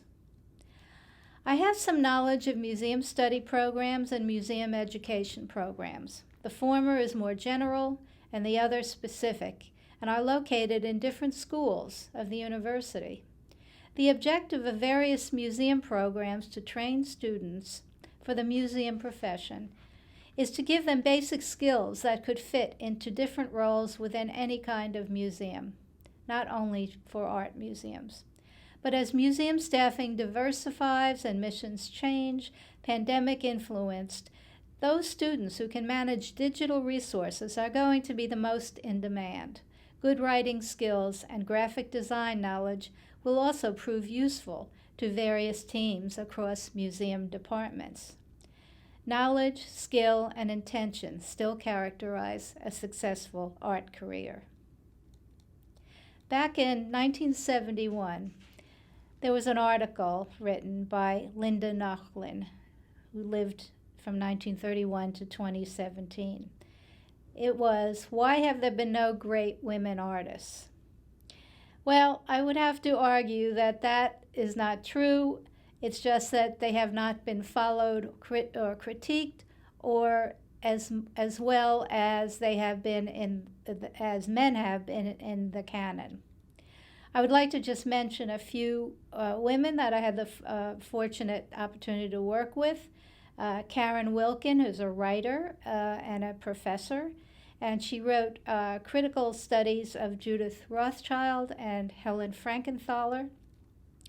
I have been acquainted with many galleries that were successful in supporting women artists, namely one is Berry Campbell in New York. And when I worked at MoMA, I actually worked with Howardina Pindell, who was an extremely important contemporary artist, and at that time she was a curator in the Museum of Modern Art. So I have been fortunate in meeting people and learning about the art world. And I'd like to say that the students that I have met in the business school are empathetic and sensitive to social issues, exhibiting profound interest in the correlation of the arts and social media to spark innovation. Their male counterparts also demonstrated innovation in using technology for humane business practices. As society is more attuned to gender studies and social justice, opportunity becomes more available to all. So thank you very much, and I look forward to hearing other programs on women's studies. Thank you. Happy International Women's Day. My name is Linda Achelanu, and I am a project director at LabCorp Drug Development. My background, I work in clinical trials. I've been working in oncology clinical research for a very long time. I've been in the industry for about 20 years. What can I say about women? Women are superheroes. Women are strong. Women are resilient. They don't take no for an answer. They are passionate. They do so many things. They multitask. They have homes. They have families. They have friends. They have careers. And they juggle it with such power. It hasn't been easy, but we just continue to move forward. So what will I say in terms of working in an education? I actually came back to George Washington University after I graduated with my MBA I graduated in 2020, and I was fortunate to be asked to come back to actually teach in the business school. So right now I teach business essentials, and I work very closely with Dr. Terabishi, and I have to say that it's just very, very fulfilling. I am back in a space where I can collaborate with the students, still hear and see different perspectives, have great discussions, and just gain more knowledge. And I just love that aspect of it, that even though I'm working in drug development and I have my colleagues in drug development, just gaining knowledge, being in a space where it's collaborative, there's creativity and innovation, and just talking to people with just different perspectives has just shed a whole new light on life for me. So I want to wish all the women again a happy International Women's Day, and just know that you are strong, you are powerful. We're all rooting for each other, and everything is great. Thank you. Hi everyone. For those who don't know me, my name is Jordan Murphy, and I was a project manager at ICSB from 2017 to 2019. I left to pursue a law degree at Suffolk University Law School in Boston. I have 2 more months left, and I couldn't be more excited. I'm so excited to be celebrating Women's Day with ICSB, an organization that has been ahead of its time in terms of women involvement on its board and in the organization. ICSB has always promoted the important role that women entrepreneurs play in the world, especially in developing countries. And I'm excited and proud to have been part of such a forward-thinking organization. I wish all the women out there a happy Women's Day, and I look forward to working with all of you in some capacity as we continue to promote entrepreneurship in small businesses worldwide. Today is March 8th, International Women's Day, a day of celebration and upholding women's achievement globally. So I am thrilled to be here celebrating with you. I am Ngozi Ogoke, and it is my pleasure to be the President, Institute of Entrepreneurial Excellence, Innovation and Sustainability, with the short abbreviation IEEIS.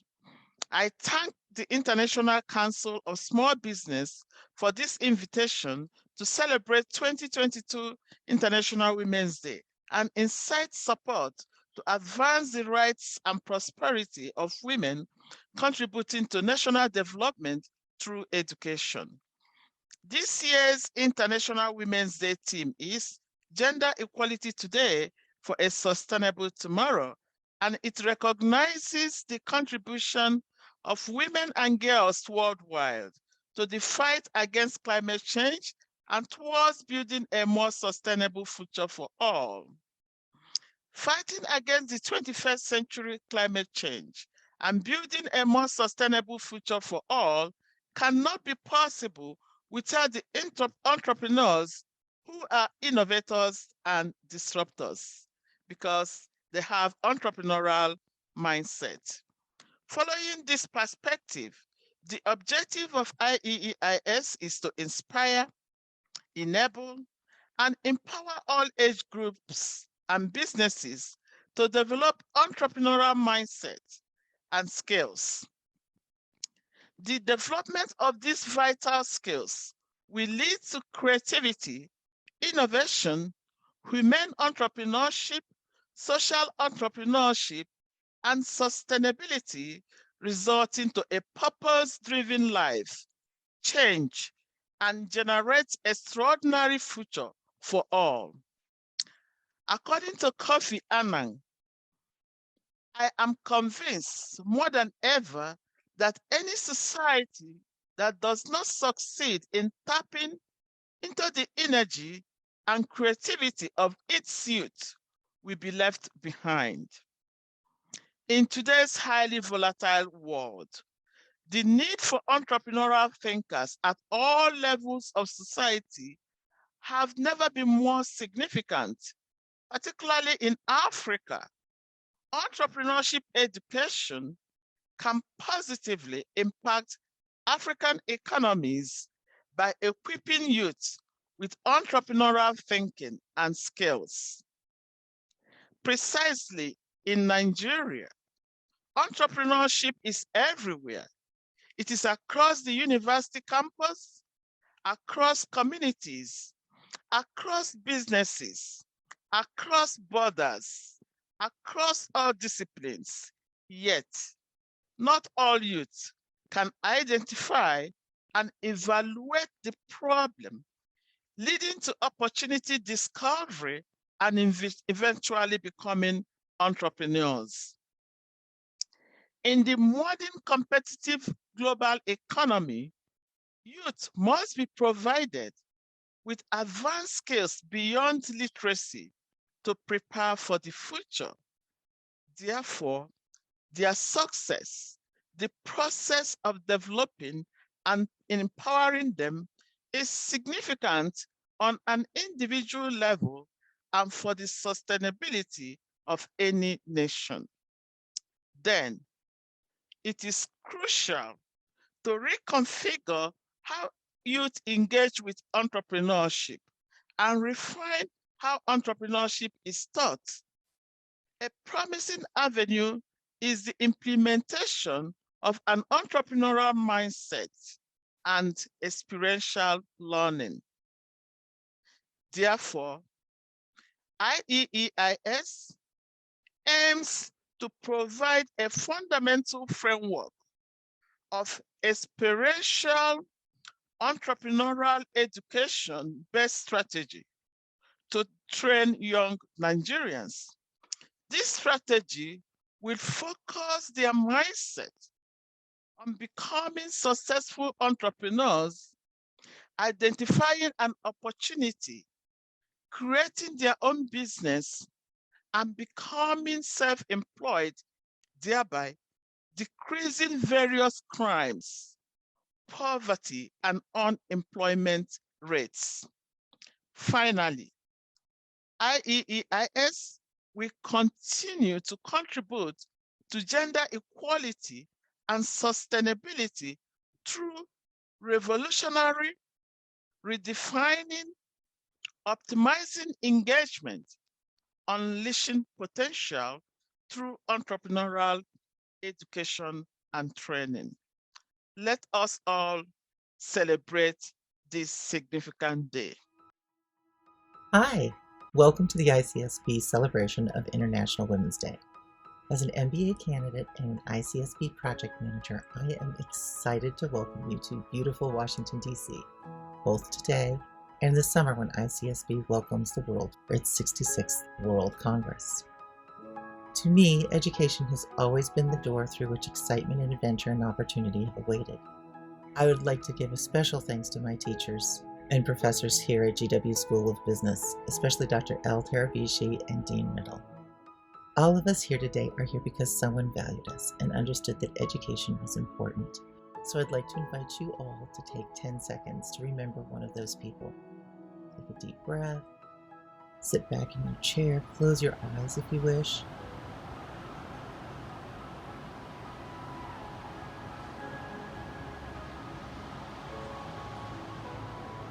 Thank you. Chances are, the people we remember all have a few things in common. I'd like to highlight 5. The first one is curiosity. Lifelong learning is about always wondering, and that requires the second one, which is honesty. Learning something new starts with saying, I don't know, especially when things don't go the way you planned. And that feeds right into the next one. The next one is persistence. Learning may be fun, but none of our brains are great at everything. Great teachers have persistence. And just as our first 3 are closely related, the next 2 are as well. Chances are the person you thought of listened to you and made you feel excited and valued. As Maya Angelou said, or pointed out, your students will forget a lot, but they will never forget how you made them feel. But managing teaching in the educational environment is difficult and can be challenging, especially as we enter into a new world with amazing capabilities, a world where the demographic dividend has turned China from a maker of cheap goods to a technology powerhouse, a world where we have the potential to dream of achieving the UN's Sustainable Developmental Goals. But in this new world, education is going to change. There will be new ways for students and teachers to interact and for students to digest information. As a pediatrician, I am especially excited about how advances in understanding our brains and technology will combine to maximize people's learning, not just for children, but also for people who have been displaced from the job that they thought they were going to have forever. This is especially true for women owners of small businesses, who, as we all know, have been disproportionately displaced by COVID. But no matter how much the form of education changes, the central essence, the important things that make one an excellent educator will not change. And with that in mind, as you leave today, I hope you find yourself refreshed and invigorated, and I would like to leave you with a quote and a challenge. The quote is by Abigail Adams. Learning is not attained by chance. It must be sought for with ardor and attended to with diligence.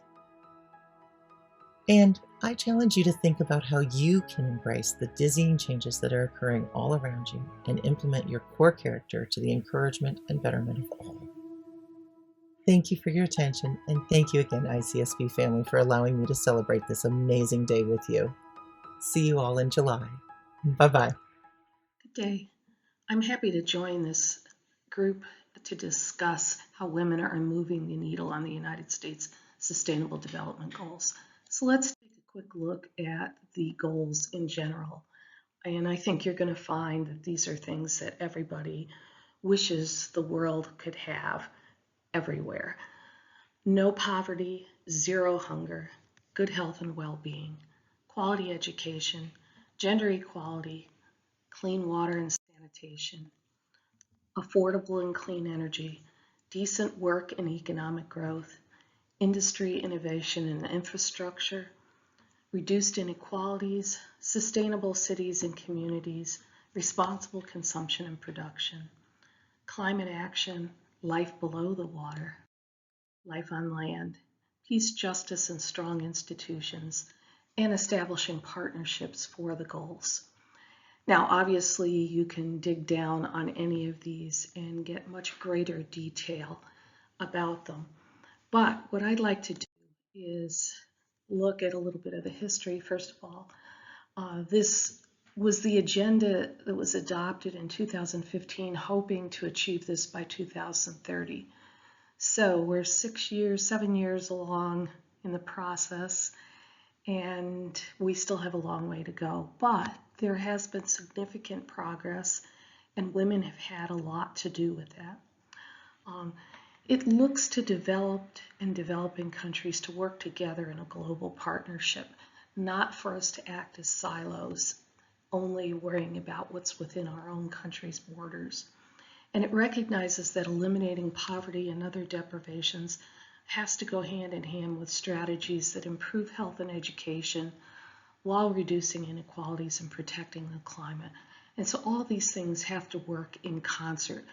Attacking one problem by itself may make progress in that area, but it will have much less impact than if we're trying to move in all these areas of needs. So what I'd like to consider are 3 factors. One is the idea of synergy, moving things together and how that has greater impact. Also the idea of give a man a fish, he eats for a day. Teach a man to fish, he eats for a lifetime. In the past, a lot of, especially government development, has been in putting band-aids on needs that help somebody right now, but then tomorrow they still have the same need and there may not be any aid there at that time. And also I'd like you to think about the idea that some people help on a global scale, some on a very local scale, and they're both important. Hi, I am Brenda Rios Brownbacker, and I'm the director of the McNair Center for Entrepreneurship and Free Enterprise at Houston Baptist University. And I'm just so excited to be a part of ICSB's efforts to honor the achievements of all women during International Women's Day, especially women in entrepreneurship education. I'm originally from Mexico, and I'm a first-generation Latina currently in my doctoral journey. And through my doctorates, I'm focused on the sustainability of Latino-owned businesses here in Houston, and how can we enhance our financial systems to give more access to capital, especially for minority entrepreneurs. I've been in academia for the past 5 years, and in entrepreneurship for roughly, I guess all my life, but in career-wise, roughly 12 years. And so I'm empowered to come with solutions to our community and teach our future generations how and what we can do to make a change. As part of our mission here at the McNair Center, it's to educate capable people in the foundations of entrepreneurial leadership and free enterprise. This includes teaching and modeling the principles of individual responsibility, limited government, and principled entrepreneurship. We allow our students to be creative and innovative, to honor the freedoms that this country has given us, while also thinking of ways to empower our community, help those most often marginalized, and to think of innovation to enable and to break those barriers that exist, and to allow them to follow that American dream. So congratulations to all the women that are making a difference every day. I honor my sisters, my mother, my grandmothers, and all the strong women that came before me and that I truly admire. Because of them, we are able to achieve our dreams and empower the women of the future for many more achievements to come. Happy International Women's Day. March 8, International Women's Day. It's a day of celebration. I'm delighted to be here celebrating with you. I'm Katia Passerini. I'm the Provost and Executive Vice President at Seton Hall University. Seton Hall is a Roman Catholic university of about 10,000 students located about 30 minutes from New York City in South Orange, New Jersey. I'm delighted to be here today because March 8 brings back to me a lot of great memories, actually memories of elementary school growing up. It was a great day because I remember going to class very happy because that was the day where all the guys in the class will come to class with a little flower. a yellow flower, a bubbly flower that signified the coming of the spring. March 8 in Italy, Rome, where I grew up, was already the beginning of the spring.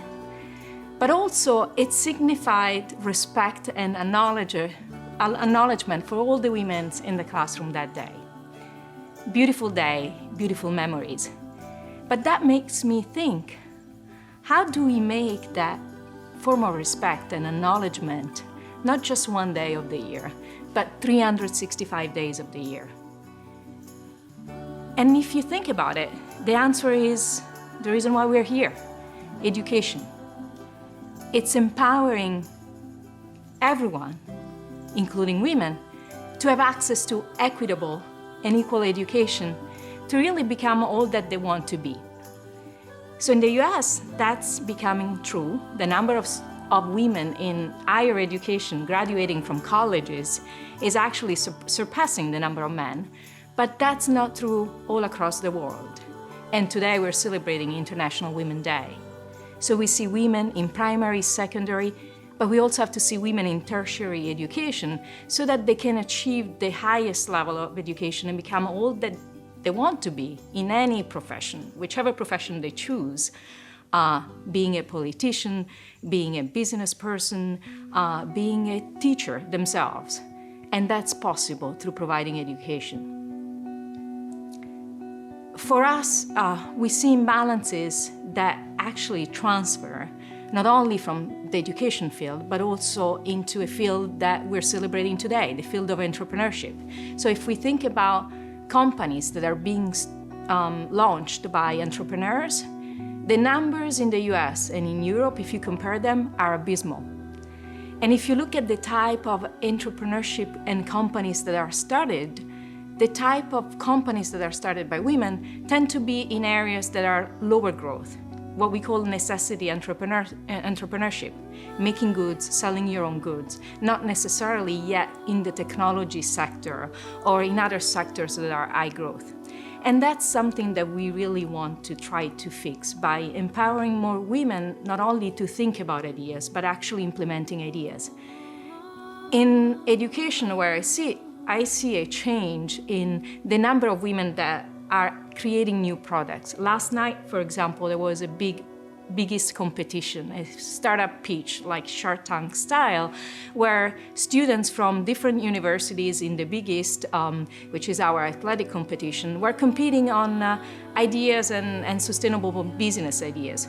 What I noticed last night is that the number of women presenting those ideas were exceeding that of men. Our own team, Seton Hall team, was a team of 3 nursing students who were presenting ideas about care, how to improve the hospital experience of patients and how to lower infection rates. Wonderful ideas, and yet the numbers of women that then go from the ideation and studying in the classroom into actual businesses is still low. So how do we make what we now think could be possible from the ideas to actual businesses? We have to bring more women in the classroom to become role models of the students. I myself am the product of observing my own professors in my university. The first woman in the information systems and decision science department, she showed me that she could do it all. She was a mother, she was a grandmother, she had a successful career in computing and coding, then came back to academia.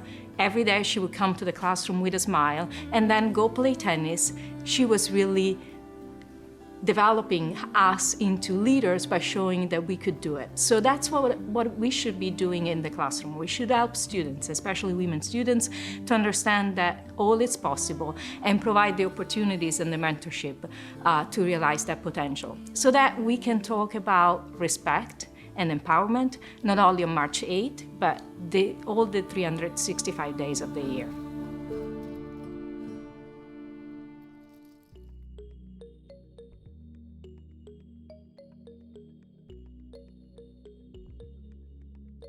Hi, I'm Karen Beck-Dudley. I'm the President and CEO of ICSB International. My path into higher education is not the traditional path. I went to law school and I was a practicing lawyer. my late husband actually got a position at a university, and we wanted to live in the same town. So there was an ad in the classifieds for a temporary business law professor. And a real estate agent who wanted to sell us a house called me and said, "Do you think you can teach?"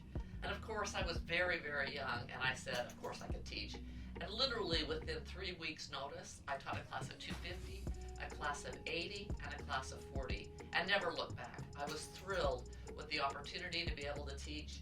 And when a law firm in the town where the university was called and said that they had a position for me, I said, no, I think I'm going to pursue this as a career, and entered the tenure track position at that time.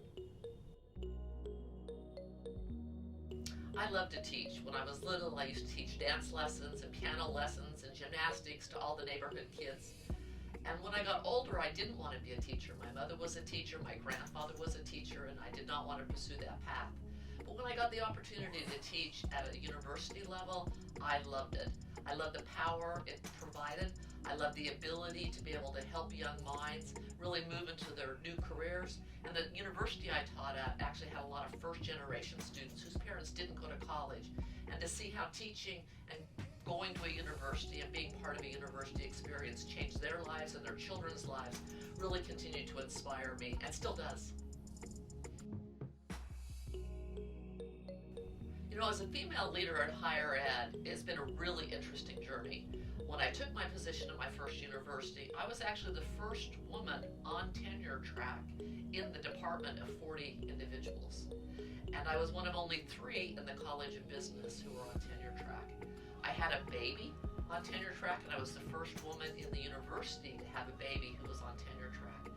And that was before the laws which allowed you to take maternity leave, etc. And so it was a really interesting challenge.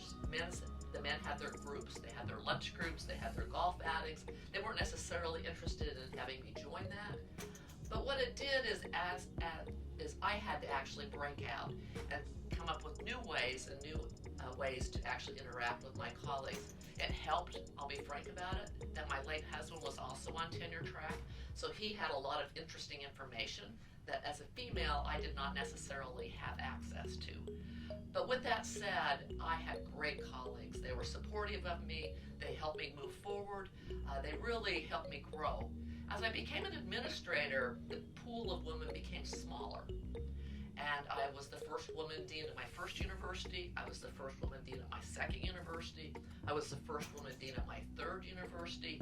And now I'm the first woman to be the president and CEO of ACSB, even though we're 100 years old. So frankly, I'm tired of being the first. I'm ready for people to step up, come up to the plate, and we have a huge number of qualified women applicants for all the positions. And I'm really looking forward to seeing what the next generation can do. You know, women in higher ed have a lot of opportunities, and I'm very excited to see what they'll do with those opportunities. But really some of my advice, and I give this to women who are in higher ed and other areas, is just laugh a lot. There are a lot of funny things that happen, and sometimes we try to take those too personally, and they're not really personal. And so I spent a lot of time laughing. I also said yes. And I know that there's a lot of information out there that women should say no more often. I'm not sure I always agree with that. I said yes to opportunities that I probably wasn't ready for, that I didn't feel prepared for. But by saying yes, I was given those opportunities, and then I learned how to do it. And so most of my male colleagues always said yes if they were moving up the track or they were getting a better promotion. And so my advice to women is to say yes and then just figure it out later. A lot of women in my generation didn't have formal mentors. There just weren't women above us. And so what I really relied upon is observing leadership and observing my colleagues and the way they led, whether they were women or men. One of the women that I really watched carefully was Dr. Larzette Hale. She was the chair of our accounting department at the time when I was a young faculty member, and her daughter and I were actually sorority sisters as undergraduates. She was the first African-American woman to be a CPA and have a PhD in accounting, and she was an orphan. And so just watch how she handled herself, the types of barriers she had to have overcome. She was a real trailblazer, and I always felt like I was standing on her shoulder and other people's shoulders with the types of experiences they had, what they overcame, and I always felt a lot of gratitude as she reached down and very carefully corrected my behavior and my attitudes when they needed corrected. The one piece of advice that I would give a woman in higher ed or in other positions is have fun. Life is really, really short, and time is all you have, and all of us have an equal amount of time. So if you're not having fun doing it and you're not making an impact doing it, then don't do it and go do something else. Well, thank you so much for interviewing me and for providing this opportunity for me to share some of my 37 years in higher education. And I hope that it has been beneficial, and looking forward to hopefully meeting many of you in person sometime. Thanks.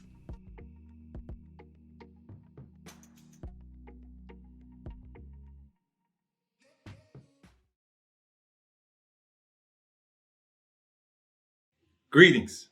My name is Ayman El-Tarabishi. I am Deputy Chair of the Department of Management at the GW School of Business, and I am President and CEO of the International Council for Small Business. International Women's Day, March 8th, is a global day celebrating the social, economic, cultural, and political achievements of women. Women have consistently dared to pursue creative and lasting solutions to problems facing their communities, and they have done so with virtually very little resources or investment from traditional sources. Imagine the impact of women in our communities can do with adequate support and resources.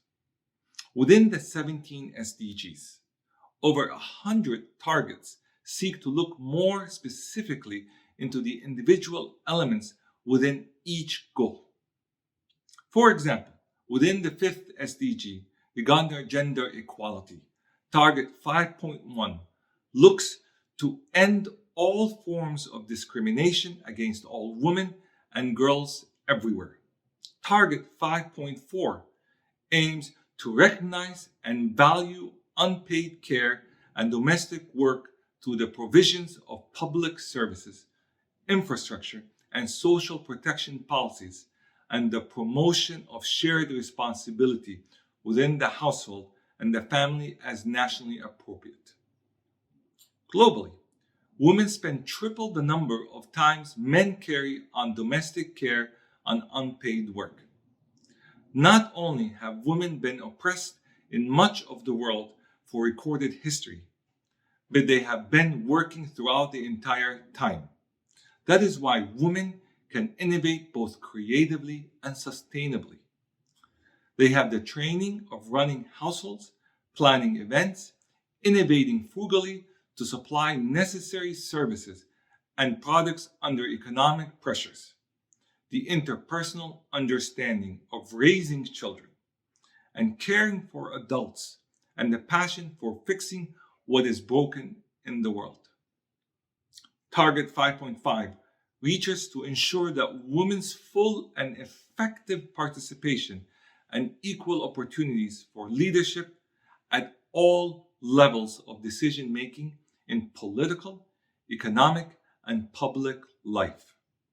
While the global women population is about 51% men and 49% women, women account for solely 39% of world employment.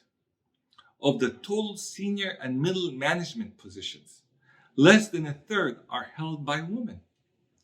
The stories are far from few when hearing about the individual difficulties of women working in these positions, regarding equal pay, treatment, and managing their job while managing most of the household. We must look at our current structure and recognize that women should be making decisions for women.